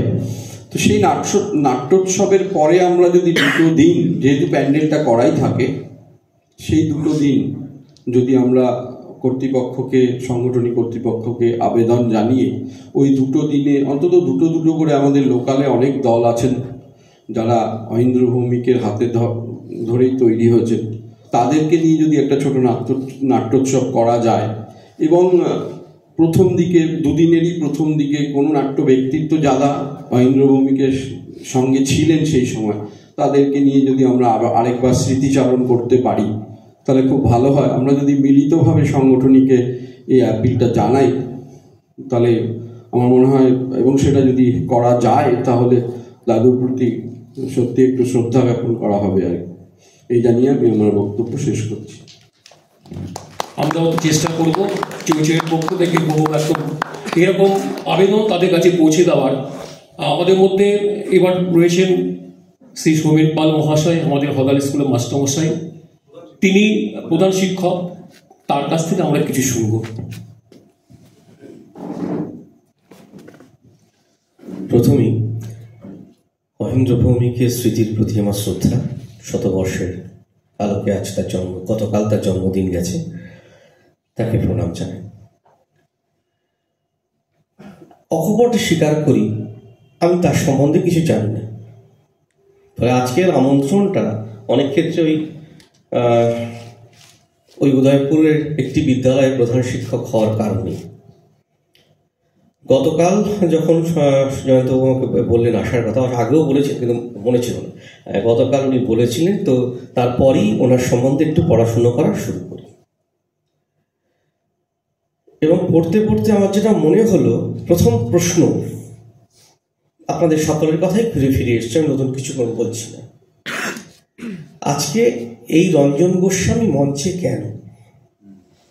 কেন সংগঠনী মঞ্চে নয়? যে এই আজকে যদি মনে হয়, আমি জানি না কেন, কি কারণ, অর্থনৈতিক কারণ, অন্য কোনো কারণ আমি জানি না, আমি পরে কথা বলে নেব। আমার খুব সহজ কথা, যদি মনে হয় সংগঠনে একটি প্রতিষ্ঠান, একটি মঞ্চ, একটি নির্মাণ, তার সেটি নির্মাণ করেছেন অহিন্দ্র ভৌমিক, তাহলে আজকে যদি আমি সেখানে সেই অহিন্দ্র ভৌমিকের স্থান না হয়, তাহলে এটা সমাজে প্রতিষ্ঠা করতে হবে আমি আমার বাবাকে আমার বাড়ির থেকে তাড়িয়ে দিতে পারি। আমার বাবার ফটো যদি ঘরে টাঙাতে হয়, তাহলে তাকে লেভি দিতে হবে বা ট্যাক্স দিতে হবে। এই জায়গাটা কিন্তু কম্প্রোমাইজ করা যাবে না। আমাদের পরিবারে আমাদের সকলেরই বাবা আছে, কেউ মারা গেছে, কেউ আমাদের ঘরে আমরা ছবি টাঙাই, কোনো অন্যদিন ছোট মালা টাঙাই, তার জন্মদিন, মৃত্যুদিনে মোটা মালা দিই, যা হোক আমরা শ্রদ্ধা জানাই। সকলের তো শতবর্ষ হয় না। শতবর্ষ উদযাপন বা বাইরের সকলের উদযাপন তাদেরই হয় যারা শুধু তার পরিবার নয়, অর্থাৎ আমি আমার পিতার গলায় মালাটা দিচ্ছি কারণ তার জীবনের সবকিছু আমার জন্য, আমাদের পরিবারের জন্য দিয়ে গেছেন। আজকে যখন এখানে এতগুলো মানুষ সমবেত হয়েছি, এতগুলো মানুষ তো স্মৃতিচারণ করছি, তার কারণটা একই, তার পরিবারটা ওইটুকুর মধ্যে ছিল না, পরিবারটা অনেক বড় জায়গায় ছিল। তা তিনি পরিবারটাকে অনেক বড় করেছেন, হয়তো অনেকাংশেই নিজের পরিবার, ক্ষুদ্র স্বার্থে যে জায়গার পরিবার, সেটিকে অনেকাংশেই মানে গুরুত্ব না দিয়ে। তো এই আত্মত্যাগ এ তো সহজে যাওয়ার কথা, ছেড়ে দেওয়ার কথা। আমি বলবো আপনারা আবেদনের কথা বলেছেন, আবেদন প্রশ্ন না, সহজ কথা এটা। তার মধ্যে আজকে আমি গতকাল পড়বার, আমি আগেই বললাম আমি তার সম্বন্ধে কিছু জানতাম না, গতকালই পড়লাম। পড়ার পর আজকে আমার মাস্টারমশাই বিকাশ গুহকে নিয়ে আমি আজকে সংগঠনে গিয়েছিলাম, খানিকটা বলতে পারেন শ্রদ্ধা জানানো। তো সেখানে একটা কোণে একটা ফলকে যে ট্রাস্টি মেম্বার হিসাবে তার নাম একটি জায়গায় আছে, অর্থাৎ যদি গিয়ে দেখেন তাহলে ডান দিকের কলামের চতুর্থ নাম হিসেবে তার নামটি আছে, এবং তারপর ওটি কখন নেওয়া হবে 91 সালে লাগানো হয়েছে, সেইটুকু আছে, ব্যাস ওইটুকুতেই। তার যদি তাই হয় তাহলে সেটাও খুলে ফেললেই তো হয়, কি দরকার? যদি মনে হয় আমি সবটা মুছে ফেলবো, তা আমার বলার আপনাদের মধ্যে, আমার যদি মনে হয় আমার যাওয়ার দরকার, কথা বলার দরকার আছে, আমি শুধু চই কেন, উদয়পুরের নিজের লোকরা কোথায়? আমি যতদূর জানি জয়ন্ত উদয়পুরের বাসিন্দা নয়। আমি সকলেই আমার যারা আছেন আমার খুব পরিচিত, খুব শ্রদ্ধেয় মানুষ। আমার মনে হয় বিষয়টাকে একটু দীর্ঘায়িত করা উচিত, এবং ওখানেই নাট্য উৎসব হবে। আর এইটা বলি এটা যে হ্যাঁ, মাঝখানে ওনারা প্রতিযোগিতা বন্ধ করেছিলেন, কিন্তু আজকের খবর আগামী জানুয়ারি মাসে 16, 17, 18, 19 ওনারা নাট্য প্রতিযোগিতাই করছেন, এবং এটা খুব সুনিশ্চিত, কারণ বিচারক হওয়ার জন্য আজকে আমার কাছে এসেছিলেন।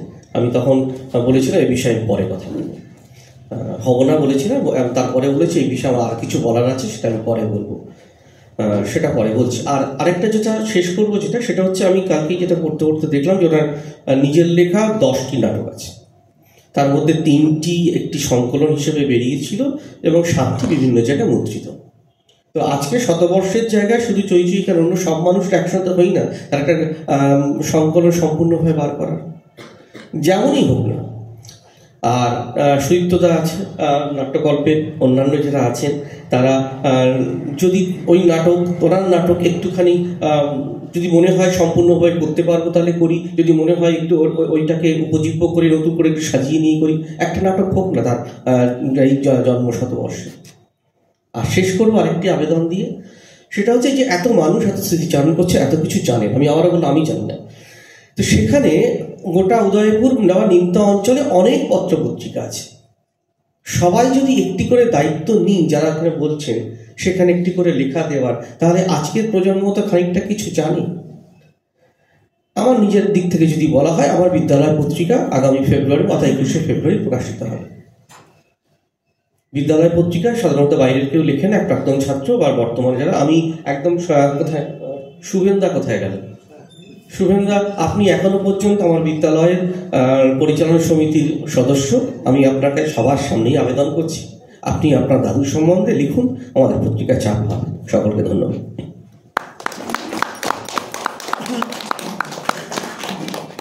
সবার কথাই একটা কথাই আসছে যে একটু বড় করে হোক। আজকে চৈচই শুরু করেছে, এই চৈচই যদি শুরু করে থাকে তাহলে এখানে যারা বড় বড় সংগঠন আছে তারা করতে পারবে না কেন? এ প্রশ্ন আমাদের। আমরা যেটুকে দেখেছি, আমি আর অমিত বিশ্বাস দেখেছি যেটুকে কিভাবে কষ্ট করে দিনের পর দিন নাটকটাকে চালিয়ে নিয়ে গেছেন।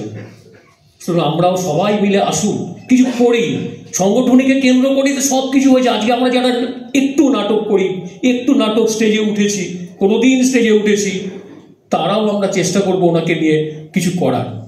এইবার যেটা করার সেটা বলরাম দি চৌধুরী করবে। শেষ অনুষ্ঠান, শেষ বক্তব্য, কেন কল্যাণ মুখার্জিকে আমরা এখনো পাইনি। তারপর আমাদের পরবর্তী অনুষ্ঠান রয়েছে শ্রদ্ধা জ্ঞাপন। আমাদের মধ্যে অনেকেই আছে। আমার একটা কথা ছিল, আমরা একটু হারু জেঠুর কাছ থেকেও অহিন্দ্র ভৌমিক সম্বন্ধে একটু ছোট করে শুনবো। আচ্ছা, অনেকটা সংযোগ করেছেন, ঠিক আছে। আর আমরা ওনাকে রেখেছি নাটকের গানের জন্য, তবুও আমরা শুনবো ওনার কথা। তা আমরা বলরাম দে চৌধুরীর কাছে চলে যাচ্ছি। ওনাকে বল খুব সংক্ষেপে, বেশি বড় করতে না, কারণ আমাদের পরবর্তী অনুষ্ঠান রয়েছে শ্রদ্ধা জ্ঞাপন, নাটকের গান, তারপরে সাংস্কৃতিক প্রোগ্রাম। আমরা একটু অনেক দেরি করে ফেলেছি। এদিকে আসো।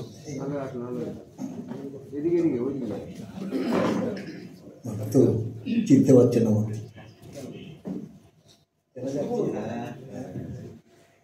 নমস্কার। প্রথমে বেণুদার প্রয়াত আত্মার চিরশান্তি কামনা করি, তারপরে উপস্থিত গুণীজনের প্রতি আমার সশ্রদ্ধ নিবেদন, প্রণাম। আমি অসুস্থ, ভালো চোখে দেখি না, কানেও শুনি না, নাটক থেকে অনেক দূরে চলে গেছি, এখন আমি সামান্য দর্শক। তবে আজকে আলোচনা থেকে একটা জিনিস আমি স্পষ্ট বুঝতে পারছি, বেণুদার এত তাড়াতাড়ি না চলে গেলেই হতো, বেণুদার আরও বেশি টাকা উচিত ছিল। আমার মনে হয় যে বেণুদা যেখানেই থাকুক, তার শৈল্পিক কর্মের প্রতি যে আকাঙ্ক্ষা এবং ত্যাগ, সেটা চিরভাস্কর হয়ে থাকবে তার পরবর্তী অনুগামীদের মাধ্যমে। আমি মনে করি তিনি আমাদের মধ্যে বেঁচে আছেন। আমি তাকে খুব অল্প সময় পেয়েছি, গালাগালিও শুনেছি। আমাকে একসময় বলতেন, আমরা যখন নাটক করেছি তখন দুপাশ থেকে দুটো বইতে প্রম করা হতো তো মুখস্থটা তখনও আসেনি। তো আমি নাটক করছি, একটা দুটো ডায়লগ ভুল করলাম, বেণুদা আমাকে ডেকে বললেন, করছিলি ভালো, তুই এক কাজ কর, নাটক ছেড়ে দিয়ে আলু বিক্রি কর, নাটকে তোর আসতে হবে না। আবার পরবর্তীকালে পরের বছর যখন নাটক করলাম, তিনি আমাকে জড়িয়ে ধরে বললেন, হ্যাঁ তোর মধ্যে আছে। তিনি হাত ধরে নিয়ে যেতেন বিভিন্ন সভাতে, বিভিন্ন সভাতে ভারতীয় গণনাট্যের উপরে আলোচনা করার জন্যে বাড়িতে ডেকে পাঠাতেন, যে তোর মধ্যে একটা স্পার্ক আছে, তোকে যদি ঠিক পথে চালিত করা যায় কিছু পাওয়া যাবে। বেণুদাকে আমি প্রথম দেখি রবীন্দ্রনাথের একটি নৃত্যনাট্যে। অপূর্ব দর্শন তার, ঘন ঘন সিগারেট খাচ্ছেন। রবি বিশ্বাস বলে আমার এক বন্ধু ছিলেন, সেই গীতিনাট্যে বা নৃত্যনাট্যে সে তবলা বাজাত। সেই সুবাদেই আমি পরিচিত হই বেণুদার সাথে, বেণুদাস রবির সাথে ঘুরে, এবং তার নায়িকা ছিলেন জ্যোৎস্না বিশ্বাস, তাকে কখনো কখনো তার বাড়িতে পৌঁছে দেওয়া যেত। তো আমি বিশ্বাস করি আজকের আলোচনা থেকে যে বেণুদা তুমি খুব তাড়াতাড়ি চলে গেলে, কিন্তু চলে গেলেও তার আকাঙ্ক্ষা এই নাট্যের মধ্যে, এই সাংস্কৃতিক জগতে ব্যাপ্তিত হয়ে আছে। আমি মনে করি তুমি চলে যাও মিছিলের তলে, তুমি আমাদের মধ্যে আছো। বসাংসি চিহ্নানি যথা বিহায় নমানি ঘেন্নাতি যথা শরীরানি বিহায় জিন্নান্নানি সংযতি দেহি। জামা কাপড় পুরনো হলে তা পরিত্যাগ করে নতুন জামা কাপড় পরা হয়, ঠিক তেমনি আমাদের দেহটা যখন জীর্ণ হয়ে যায় তখন সে দেহ পরিত্যাগ করে আবার নতুন দেহে আসতে হয়। আত্মার এটাই কাজ। তো আমার দৃঢ় বিশ্বাস এই আমাদের উত্তরপুরুষের মধ্যে আমার বেণুদা আছেন, আমাদের উদ্যুক্ত করছেন প্রতি মুহূর্তে, এবং বারবার প্রতিটা কর্মের মধ্যে আমি তাকে অনুভব করি। আমি মনে করি তিনি আছেন, তিনি থাকবেন। আবার আসিব ফিরে ধান সিঁড়িটির তীরে এই বাংলায়, হয়তো মানুষ নয়, হয়তো বা সংকোচে শালিকের বেশে, হয়তো ভোরের কাক হয়ে কার্তিকের এই নবান্নের দেশে, কুয়াশার বুকে ভেসে একদিন আসিব এই কাঁঠাল ছায়ায়, হয়তো বা হাঁস হব কুশরীর মূল্য হবে। এইভাবেই তিনি বাঁচবেন, আবার আসবেন, আমরা খুঁজে খুঁজে তাকে পাবো। আমি বলতে চাই অনেক কিছু, কিন্তু বলতে পারি না, আমাকে আটকে যায়। যা হোক, আমি সুরের অনুরোধে অসুস্থ শরীরে এসেছি, সব কথা ঠিকভাবে বলতে পারছি না। আপনাদের মাঝে এসে আমি খুব আনন্দ পাচ্ছি। আবারও আমি বেণুদার চিরশান্তি কামনা করি, আত্মার চিরশান্তি কামনা করি। বেণুদা, তুমি যেখানেই থাকো ভালো থেকো, ভালো থেকো, ভালো থেকো। নমস্কার। সত্যি বেণুদা ভালো থাকুক, আমাদের বেণু যেহেতু ভালো থাকুক, যেখানেই থাকুক, এই কামনা করছি। এবার আমরা ডেকে নেব হাদন চক্রবর্তী মহাশয়কে, তার গানও রয়েছে। তো তার মাঝখানে আমাদের শুভেন ভৌমিক একটু অনুরোধ করেছে আপনাকে একটু বলার, 2 মিনিট বলুন তার সম্বন্ধে, তারপরে শ্রদ্ধা জ্ঞাপন করেই আমরা আমাদের চলে যাবো আমাদের গানের অনুষ্ঠানে।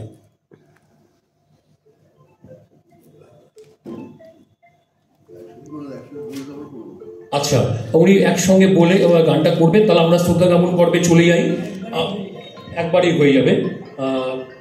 তাহলে আমরা এখন ডেকে নিচ্ছি স্বপন ভট্টাচার্য, নানা কথা নট্টা সংস্থার কর্মী। তাকে শ্রদ্ধা জ্ঞাপন আমরা স্মারকের মাধ্যমে করছি, দেবেন বলরাম দে চৌধুরী। রাজদীপকে একটু অনুরোধ করবো ওনাকে একটু সাহায্য করার জন্য, একটু উঠে আসবে। রাজদীপ, ওটাকে ওনাকে হাতে দাও, কলমদার হাতে দাও।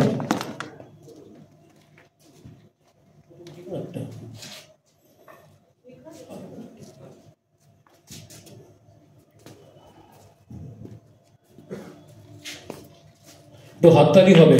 এই ছেলেটার কথা আমরা বলি, ওর নাম স্বপন ভট্টাচার্য। তিনি স্বপন ভট্টাচার্য কিভাবে নাটক পাগল আপনারা জানেন না, আমরা জানি। তার কর্মকাণ্ড হচ্ছে নিত্যা কালীবাড়ির সামনে, এবং আজকে যারা বহু নাটক করেছে তারা এর কাছেও নাটক করেছে। তাই আমরা ওনাকে ডেকে নিয়েছিলাম যে আজকে আপনাকে শ্রদ্ধা জ্ঞাপন আমরা করব সামান্য একটু স্মারকের মাধ্যমে। নমস্কার স্বপনদাকে, আমরা আশা করি আবার ভবিষ্যতে আপনাকে পাবো। এবার আমরা ডেকে নিচ্ছি শ্রী শেখর দাস, শেখর রতন দত্ত মহাশয়কে। তিনি বহুদিন ধরে নাটক চর্চা করে যাচ্ছেন, ছোটদের নিয়ে করছেন। আমরা কোনো বড় গ্রুপকে এখানে পাইনি, কেননা এখন আর চারিদিকে নাটকের উৎসব চলছে, নাট্য প্রতিযোগিতা চলছে। উনিও বহুদিন ধরে নাটক করছেন ছোটদের নিয়ে। তার হাতে স্মারক তুলে দেবেন আমাদের মাস্টারমশাই শ্রী সৌমেন পাল মহাশয়।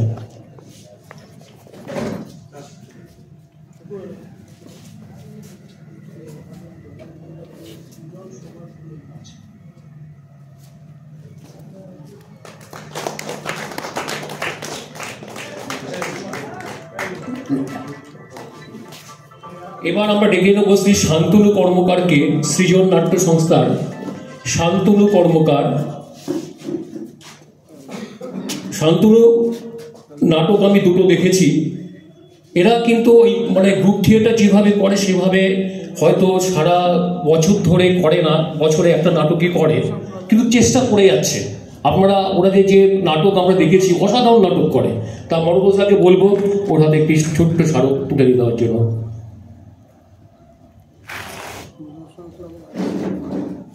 বাইরে আসতে হবে, এখান থেকে দিন, ওখান থেকে দিন, আপনার উঠতে হবে না। ঠিক আছে,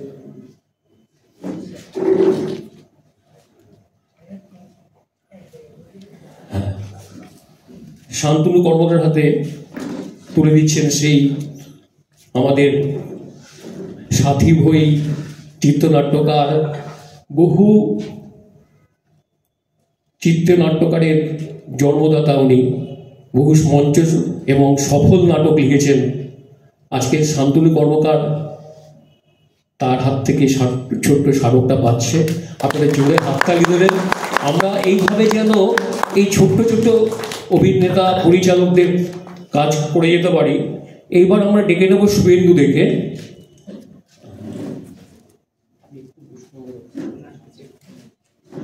এবার আমরা ডেকে নেব শুভেন্দু দেখে।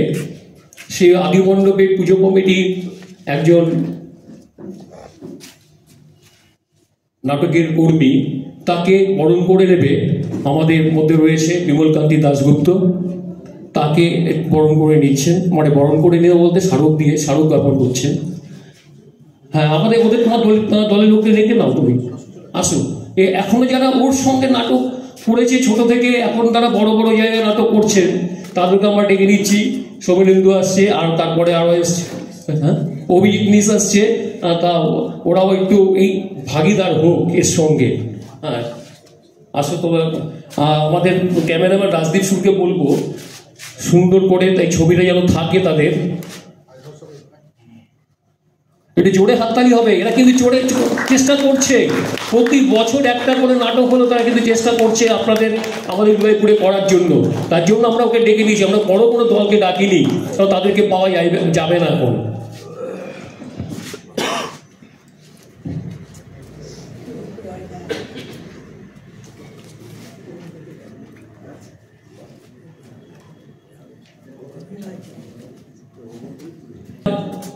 তার হাতে তুলে দেবে আমাদের নীলরতন বালা মহাশয়।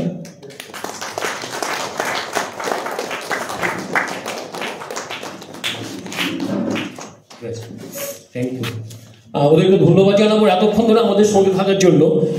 এবার আরেকজন আমাদের মধ্যে রয়েছেন, সোমনাথকে নিয়ে গেছে, সোমনাথ চক্রবর্তী এসছে, সোমনাথ চক্রবর্তী আসেনি, সোমনাথ চক্রবর্তী আসেনি, সেই জায়গায় নিয়ে যাবেন আমাদের বিশ্বজিৎ ভৌমিক। বিশ্বজিৎ ভৌমিককে তার হাতে পুরস্কারটা তুলে দেবো। সোমনাথ চক্রবর্তী যেহেতু আসেননি, তো আমাদের সোমেন পাল মহাশয়কে বলবো একটু কষ্ট করে। এরাও বহুদিন মানে ধরে নাটক করে আসছে, বছরে একটা করে করে, কিন্তু নাটকটাকে এখনো চালিয়ে যাচ্ছে। যতীন দাসের অঞ্চলে তারা নাটকটাকে চালিয়ে যাচ্ছে, তা ওদের কর্ণধার আসতে পারেনি, এটা জোরে হাততালি হবে। আমাদের এবার একটি ছোট্ট বই উদ্বোধন হবে, তারপরে আমাদের নাটকের অনুষ্ঠানে চলে যাবো। ক্লাব সেক্রেটারি এসছেন, আচ্ছা আচ্ছা। আমাদের উত্তরাঞ্চল ক্লাবের সম্পাদককে একটু ডেকে নেবো, তার কাছে দু একটা কথা শুনবো, তাকে বরণ করে দেবে রাজদীপ সুর।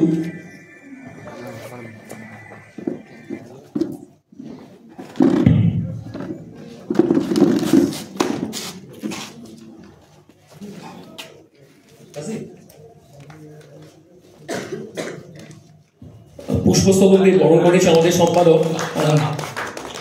ওনার কাছে আমরা দু কথা শুনবো। আমার নামটা একটু যদি বলেন। আমার নাম বিশ্বনাথ দাস, রঞ্জন গোস্বামী স্মৃতি উদ্যান কমিটি এখানে যে পার্কটা আনার চেষ্টা করছি তার সম্পাদক আমি।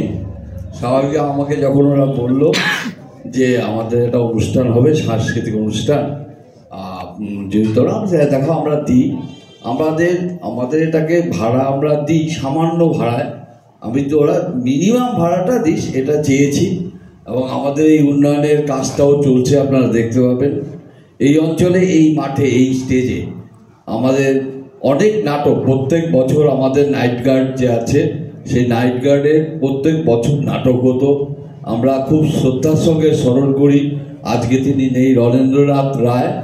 রণেন্দ্রনাথ রায় কিন্তু সত্যি মানে তার নাটকটা তার মানে ইসের সঙ্গে মিশেছিল এবং তিনি সব সময় আমাদেরকে, আমিও নাটক করেছি রণেন রায়ের নির্দেশে, পরবর্তীকালে সুশীল ভট্টাচার্য ছিলেন। সুশীল ভট্টাচার্য এখানে আঞ্চলিক নৈশ সুরক্ষা বাহিনীর পরিচালনায় নাটক অনেক হয়েছে, এই মাঠে অনেক নাটক হয়েছে এবং সেই নাটকটা অনেকগুলি ভালো ভালো নাটক। এখন সোমনাথ আছেন, জগদীশ ভট্টাচার্য আছেন, তারা এইটাকে ধরে রেখে এখনো প্রত্যেক বছর আমরা চেষ্টা করে যে অন্তত বছরে একটা নাটক যাতে হয়, সেজন্য আমরাও তাদেরকে সহযোগিতা করি। ভালো অনুষ্ঠান, সবাইকে ধন্যবাদ জানিয়ে আমার ক্ষুদ্র বক্তব্য এখানে শেষ করলাম। সম্পাদক মহাশয়কে অসংখ্য ধন্যবাদ। এবারে আমাদের একটি ছোট্ট পত্রিকা প্রকাশ, নাট্যপ্রাণ মহেন্দ্র ভৌমিকের শতবর্ষ উপলক্ষে চৈচৈ পত্রিকা একটি পত্রিকা প্রকাশ করেছে। খুব সামান্যই এক ফরম্যাট একটা পত্রিকা। আমরা সবাইকে অনুরোধ করবো পত্রিকা একটু সবার সামনে একটু প্রকাশ করার জন্য, এরপর আমরা সবার হাতে হাতে দিই।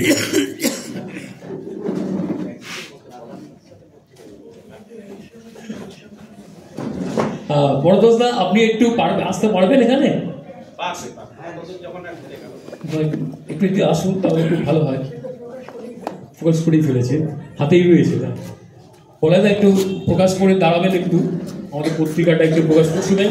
তুমি একটু আসুন।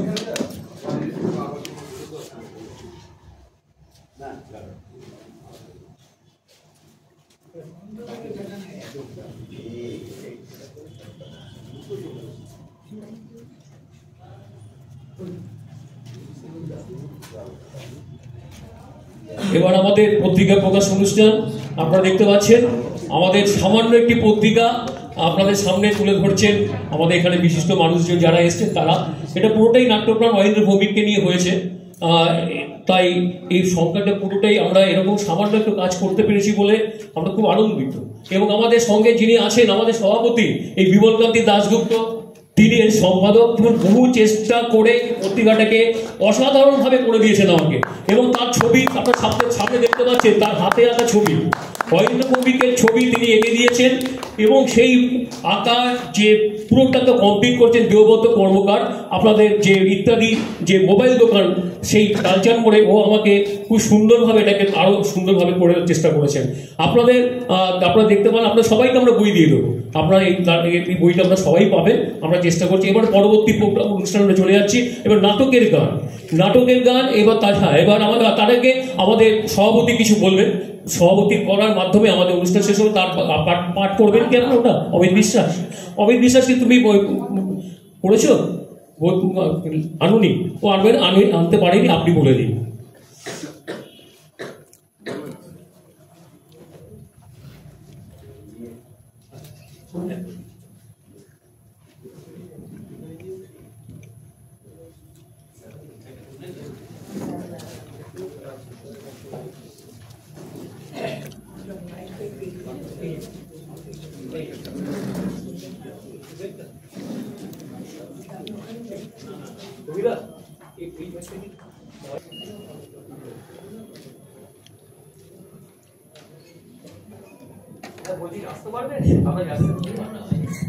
ঠিক আছে, বলছি।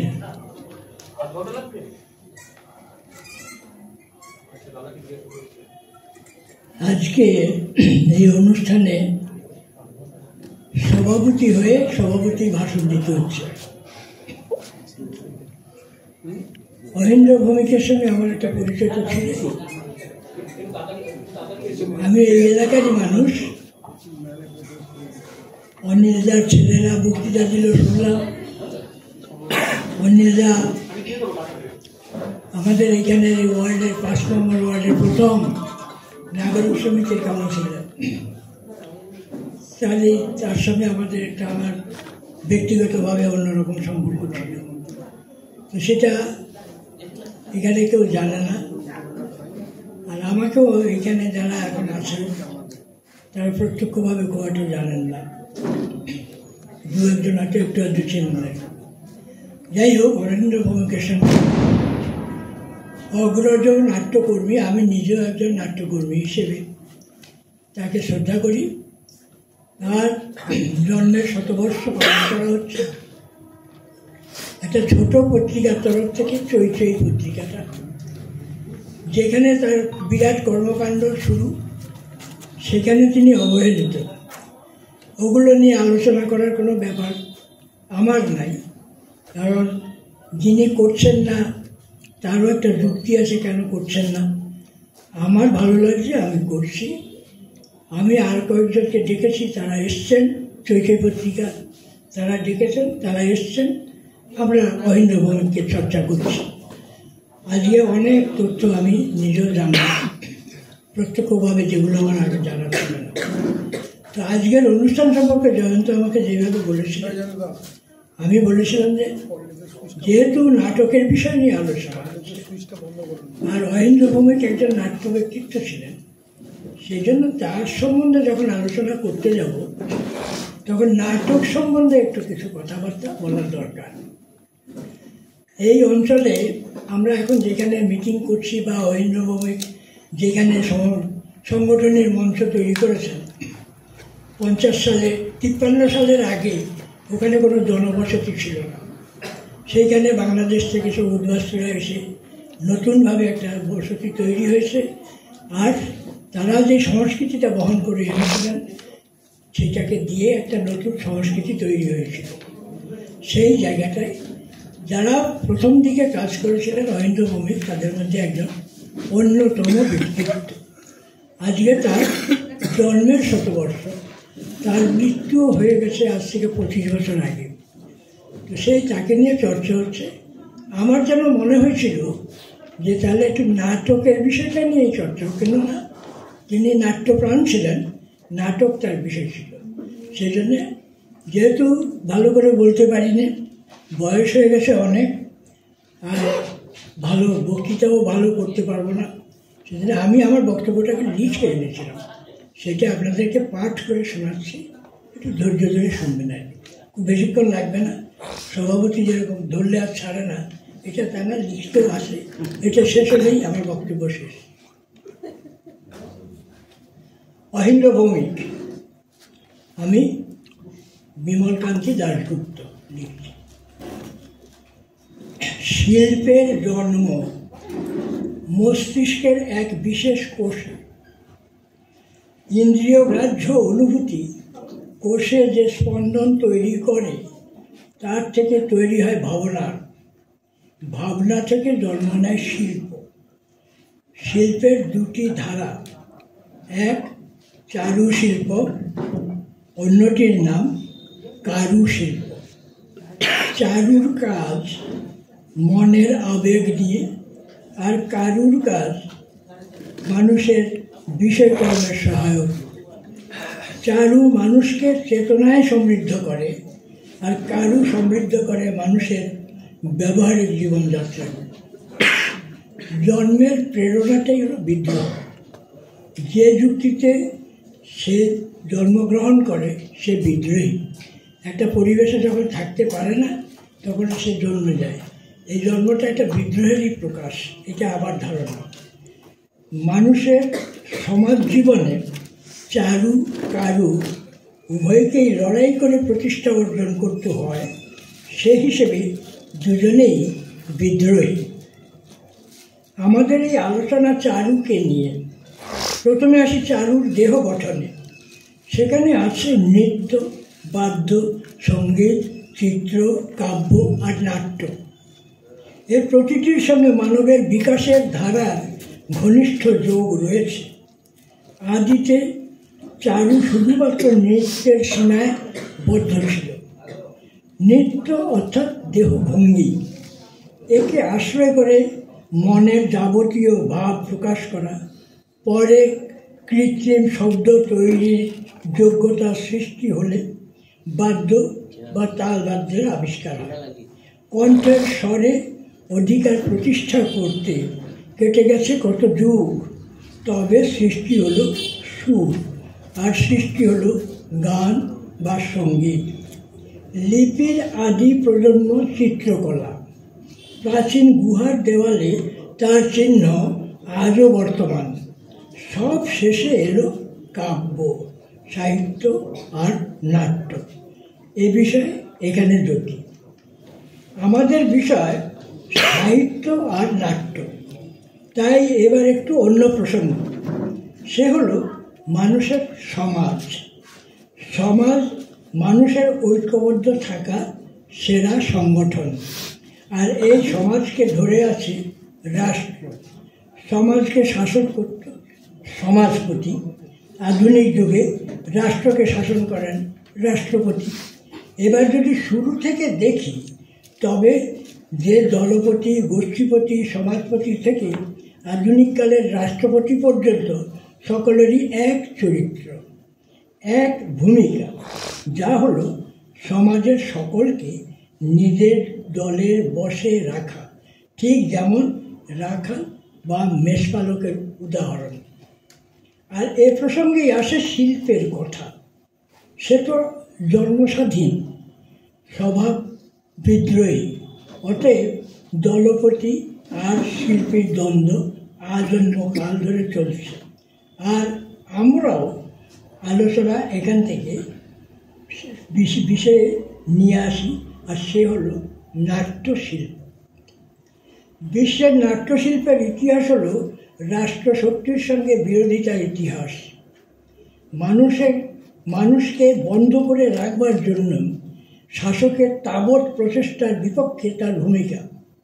সে কারণে শিল্পের ওপর শাসকের ক্রোধের প্রকাশ হয় সেই আদিকাল থেকে আধুনিক কালেও অব্যাহত। সাহিত্য শিল্পের এই অংশটাই বেশি আক্রান্ত। এই বিদ্রোহী বা বেয়ারা শিল্পকে শায়েস্তা করবার উদ্দেশ্যে শিল্পীদের বশে আনবার নানান উপকরণ রয়েছে শাসকের ঝুলিতে। সেই ঝোলাতে কী নাই, আছে বিচিত্র রকমের পদ, পদবী, সম্মান, ভাতা, অনুদান। এছাড়া আছে লাল, কালো, হলুদ, নীল, সাদা ইত্যাদি নানান রঙের তাগা, আছে তাবিজ, তবক, বিচিত্র রকমের পশুর লোম, চামড়া, গাছের শিকড়, বাকলের জড়িবুটি, আর আছে মন্ত্রপুত নানা রকমের তরল। আরও আছে মৃত পশুর একটা বেশ বড় রকমের হাড়ের দণ্ড। এরপরেও কাজ না হলে সবার শেষে আছে নিরাপদ কয়েদখানা, নিশ্চিন্ত আশ্রয়। এর পরে সব শেষে আজকের প্রসঙ্গ। আমরা আজ এখানে এসেছি এক বিশিষ্ট নাট্যকর্মীর জন্ম শতবর্ষ উদযাপন করবার উদ্দেশ্যে। তিনি অহিন্দ্র ভৌমিক। অনুষ্ঠানের আয়োজক চৈচৈ নামের একটি ছোট পত্রিকা গোষ্ঠী, যার মূলে রয়েছে জয়ন্ত সুর, কবি, ছড়াকার। অহিন্দ্র ভৌমিক উদয়পুর এলাকার মানুষ। উদয়পুর উদ্বাস্তুদের এক কলোনি। 53 সাল নাগাদ জনবসতিহীন এলাকায় এর প্রতিষ্ঠা, আর এই পর্বের নাগরিকদের একজন ছিলেন অহিন্দ্র ভৌমিক। সব মানুষেরই একটা সাংস্কৃতিক মন থাকে, তাঁরও ছিল, আর সেটা ছিল নাট্যশিল্পের প্রতি। কর্মী মানুষ ছিলেন দক্ষ সংগঠক। এই উদ্বাস্তু নগরীতে যারা প্রতিষ্ঠা করেছেন স্থায়ী নাট্যমঞ্চ সংগঠনই, অহিন্দ্র ছিলেন তাঁদের মাঝে অন্যতম। অত্যন্ত জনপ্রিয় ছিলেন শিশু, কিশোর থেকে বয়োজ্যেষ্ঠদের মধ্যে। অনেক নাটক রচনা করেছেন, নাট্যরূপ দিয়েছেন অনেক কাহিনী, প্রযোজনা করেছেন অনেক নাটক, বাইরে শো করেছেন। পুরো 24 পরগনা ছিল তার কর্মক্ষেত্র। 24 পরগনা একাঙ্ক নাটক প্রতিযোগিতা প্রচলন তার অন্যতম কাজ। প্রখ্যাত নাট্যকার, নাট্য বিশেষজ্ঞ শ্রদ্ধেয় মন্মথ রায় তাঁকে নাট্যপ্রাণ উপাধিতে ভূষিত করেছেন। অহিন্দ্র নিজেকে প্রতিষ্ঠিত করার জন্য কাজ করেননি, প্রতিষ্ঠান প্রতিষ্ঠা করে গিয়েছেন। তাকে আমার প্রণাম। ধন্যবাদ।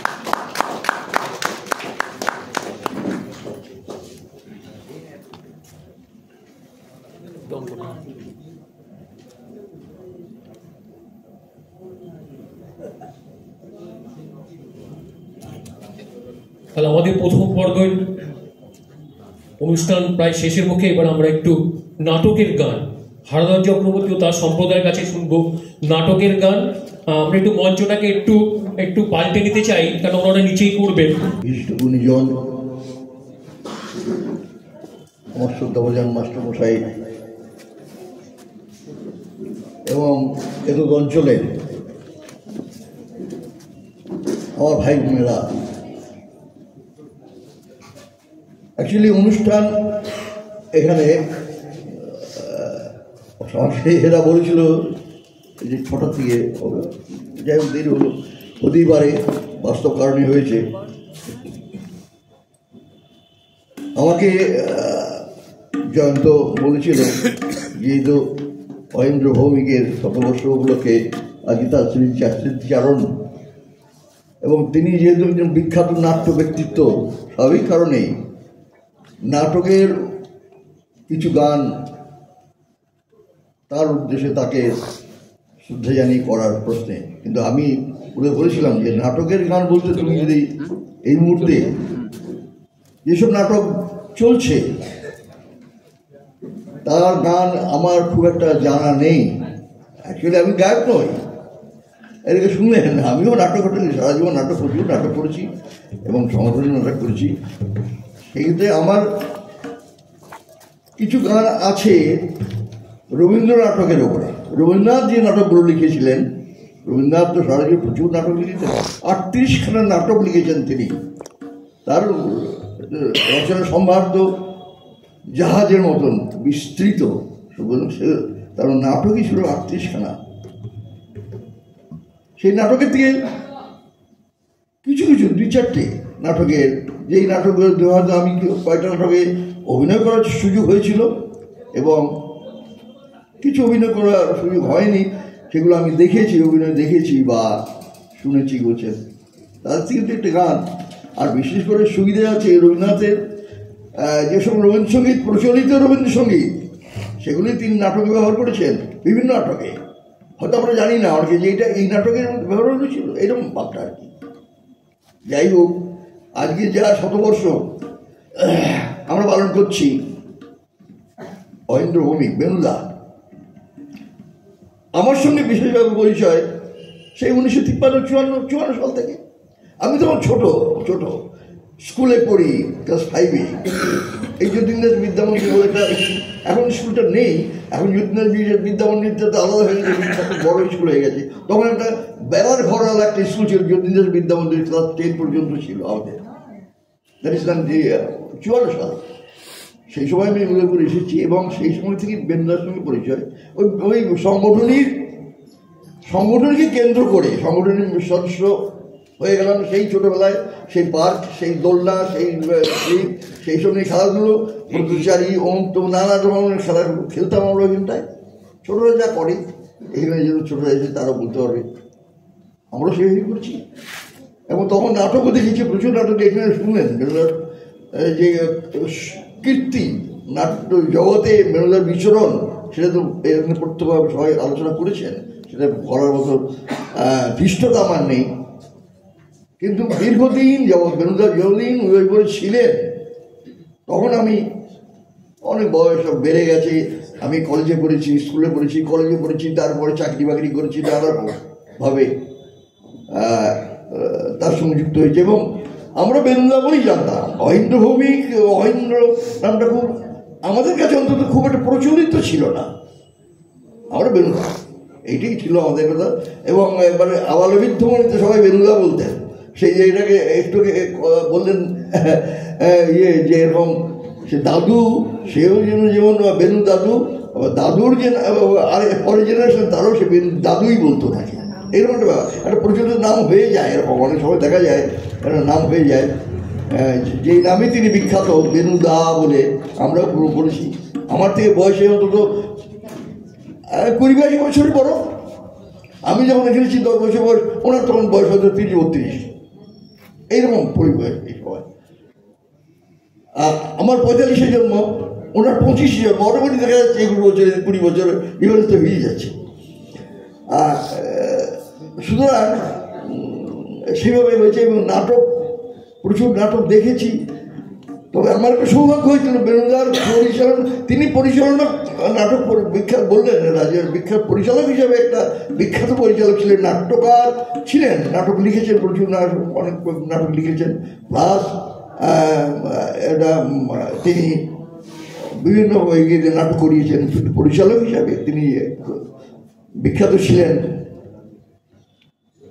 তার নাট্য বাংলা সেই সময়কার নাট্য জগতে, অর্থাৎ সেই সময়কার নাট্য জগতে যেসব প্রভাত প্রতিম নাট্য ব্যক্তিত্ব ছিলেন তাদের সঙ্গে বিরাট ওঠাবসা। আমার মনে আছে তিনি একজনকে ডাকতেন,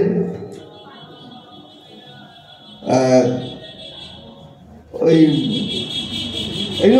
তিনি সাউথ ইন্ডিয়ান ছিলেন, যদিও এখানে বসবাস করতেন তিনি। তাকে এই নাম ধরে ডাকতেন, আমার এই মুহূর্তে নামটা মনে পড়ছে না। মানে তিনি বিখ্যাত, এখন তার ছেলে এখন একজন বিখ্যাত নাট্যকার বা বিখ্যাত অভিনেতা। তাকে বেনুদা বলতে তুই করে ডাকতো, বাড়িতে আসতো, বেড়াতে আসতো, ঠিক এই ধরনের ব্যাপার ছিল। আমি আমার জীবনে দুবার বেনুদার পরিচালনায় একটা বেনুদার তত্ত্বাবধানে একটি নাটক করছিলাম, রবীন্দ্রনাথের ডাকঘর। তখন আমি ক্লাস 7-8 পড়ি।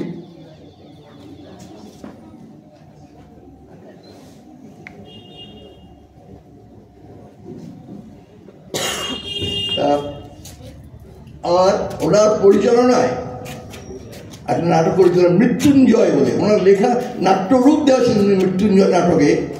যে নাটকটি আমাকে একটা কপি দিয়েও গেছে। সেখানে তার নাটক ছিল, নায়ক ছিলেন এই যে চলে গেলেন ছোটু, ওই সেই বই মৃত্যুঞ্জয়ের নায়ক ছিলেন। এবং আমি ছোট রোল করেছিলাম, কিন্তু যাই হোক খুব আমাকে খুব অ্যাপ্রিসিয়েট করেছেন সেই সময়। যে পরবর্তীকালে হয়তো সেই অ্যাপ্রিসিয়েশনের মানে ফলশ্রুতিতেই আমি নাট্য জগতে প্রচুর জীবনে বহু নাটক করেছি, সংগ্রহিত করিয়েছি। প্লাস তাছাড়াও বিভিন্ন নাটক গ্রুপ ছিল, আমার কলকাতার নাটকের গ্রুপ ছিল, একটা বিখ্যাত নাটক গ্রুপের সঙ্গে যুক্ত ছিলাম, একটা নাটক করতে পেরেছি। আমার মনে হয়েছে তারই আশীর্বাদ আমার মাথার উপর ছিল, নাটক করেছি। যাই হোক, আজকে তার স্মৃতিচারণ এখানে হচ্ছে এক বছর পর, খুব ভালো লাগছে আমার। বাড়িতে আমি আলোচনা করছিলাম, আমার স্ত্রীও চেনেন, খুব ভালো হয়েছে। আমার স্ত্রীও পাড়ানি মেয়ে, তো ছোট থেকে চেনেন। যাই হোক, আমরা আশা করব তার এই স্মৃতিচারণ, সাধারণত কী হয়, স্মৃতিচারণ হয় তারপরে আস্তে আস্তে আমরা ভুলে যাই। সেটা যদি না হয়, সেটা যদি আমরা যদি ভবিষ্যতে আরও ওনাকে মনে রাখার প্রশ্নে যদি আমাদের কিছু করণীয় থাকে, যে কিছু করলে হয়তো ওনাকে মনে রাখা যাবে, এই ধরনের করি, তার সঙ্গে আমি ব্যক্তিগতভাবে যুক্ত থাকবই। কারণ আমার বাড়ি উদয়পুরে, উনি আমার পায়ে পড়তে গেলে পড়ছি একরকম। যাই হোক, আমি তাকে তাকে সম্মান জানিয়ে, আমি শ্রদ্ধা জানিয়ে, আমার এই যেটুকু দায়িত্ব আমার কাঁধে এরা সবেছে, আমি চেষ্টা করবো কিন্তু এখানে গান করার জন্য। যাই হোক, রবীন্দ্র নাটকের গান, রবীন্দ্রনাথের আমি এই 5-6খানা গানের নাটকের উপর 5-6খানা গানের নিয়ে একটা ছোটো স্ক্রিপ্ট করেছিলাম, সেটাকে আমি আপনাকে প্রেস করার চেষ্টা করছি।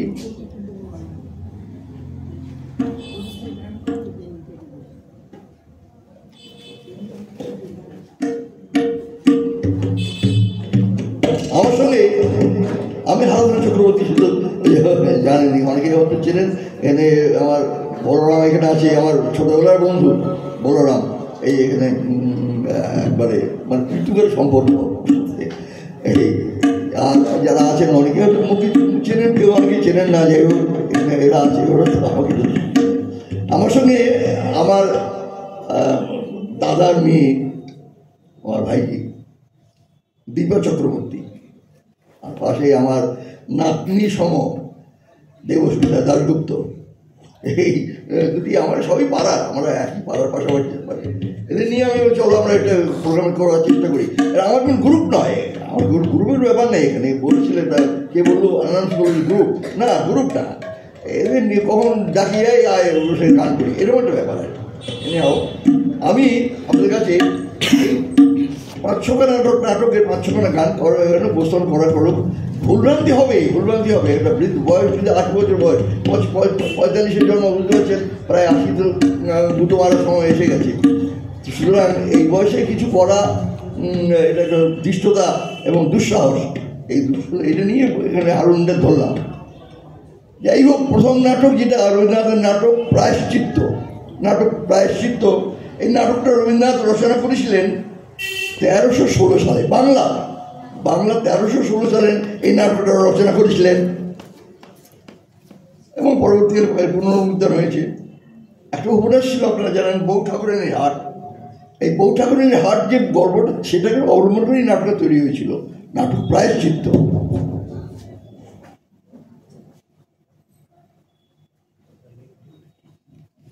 আমাদের অনুষ্ঠান কিন্তু অনেক বড় অনুষ্ঠান রয়েছে।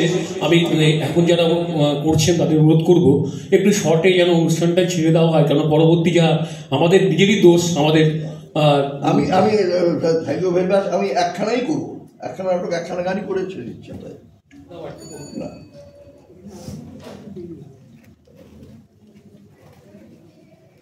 যাই হোক, প্রায়শ্চিত্ত নাটকে যে গানটা আমি আপনার কাছে করবো, সূত্রতে বলতে রাত অনেকটা হয়ে গেল, শীতের রাত, এখানে মানে আনন্দ থেকে উৎপাদ বেশি হবে, এই রাত হয়ে গেল।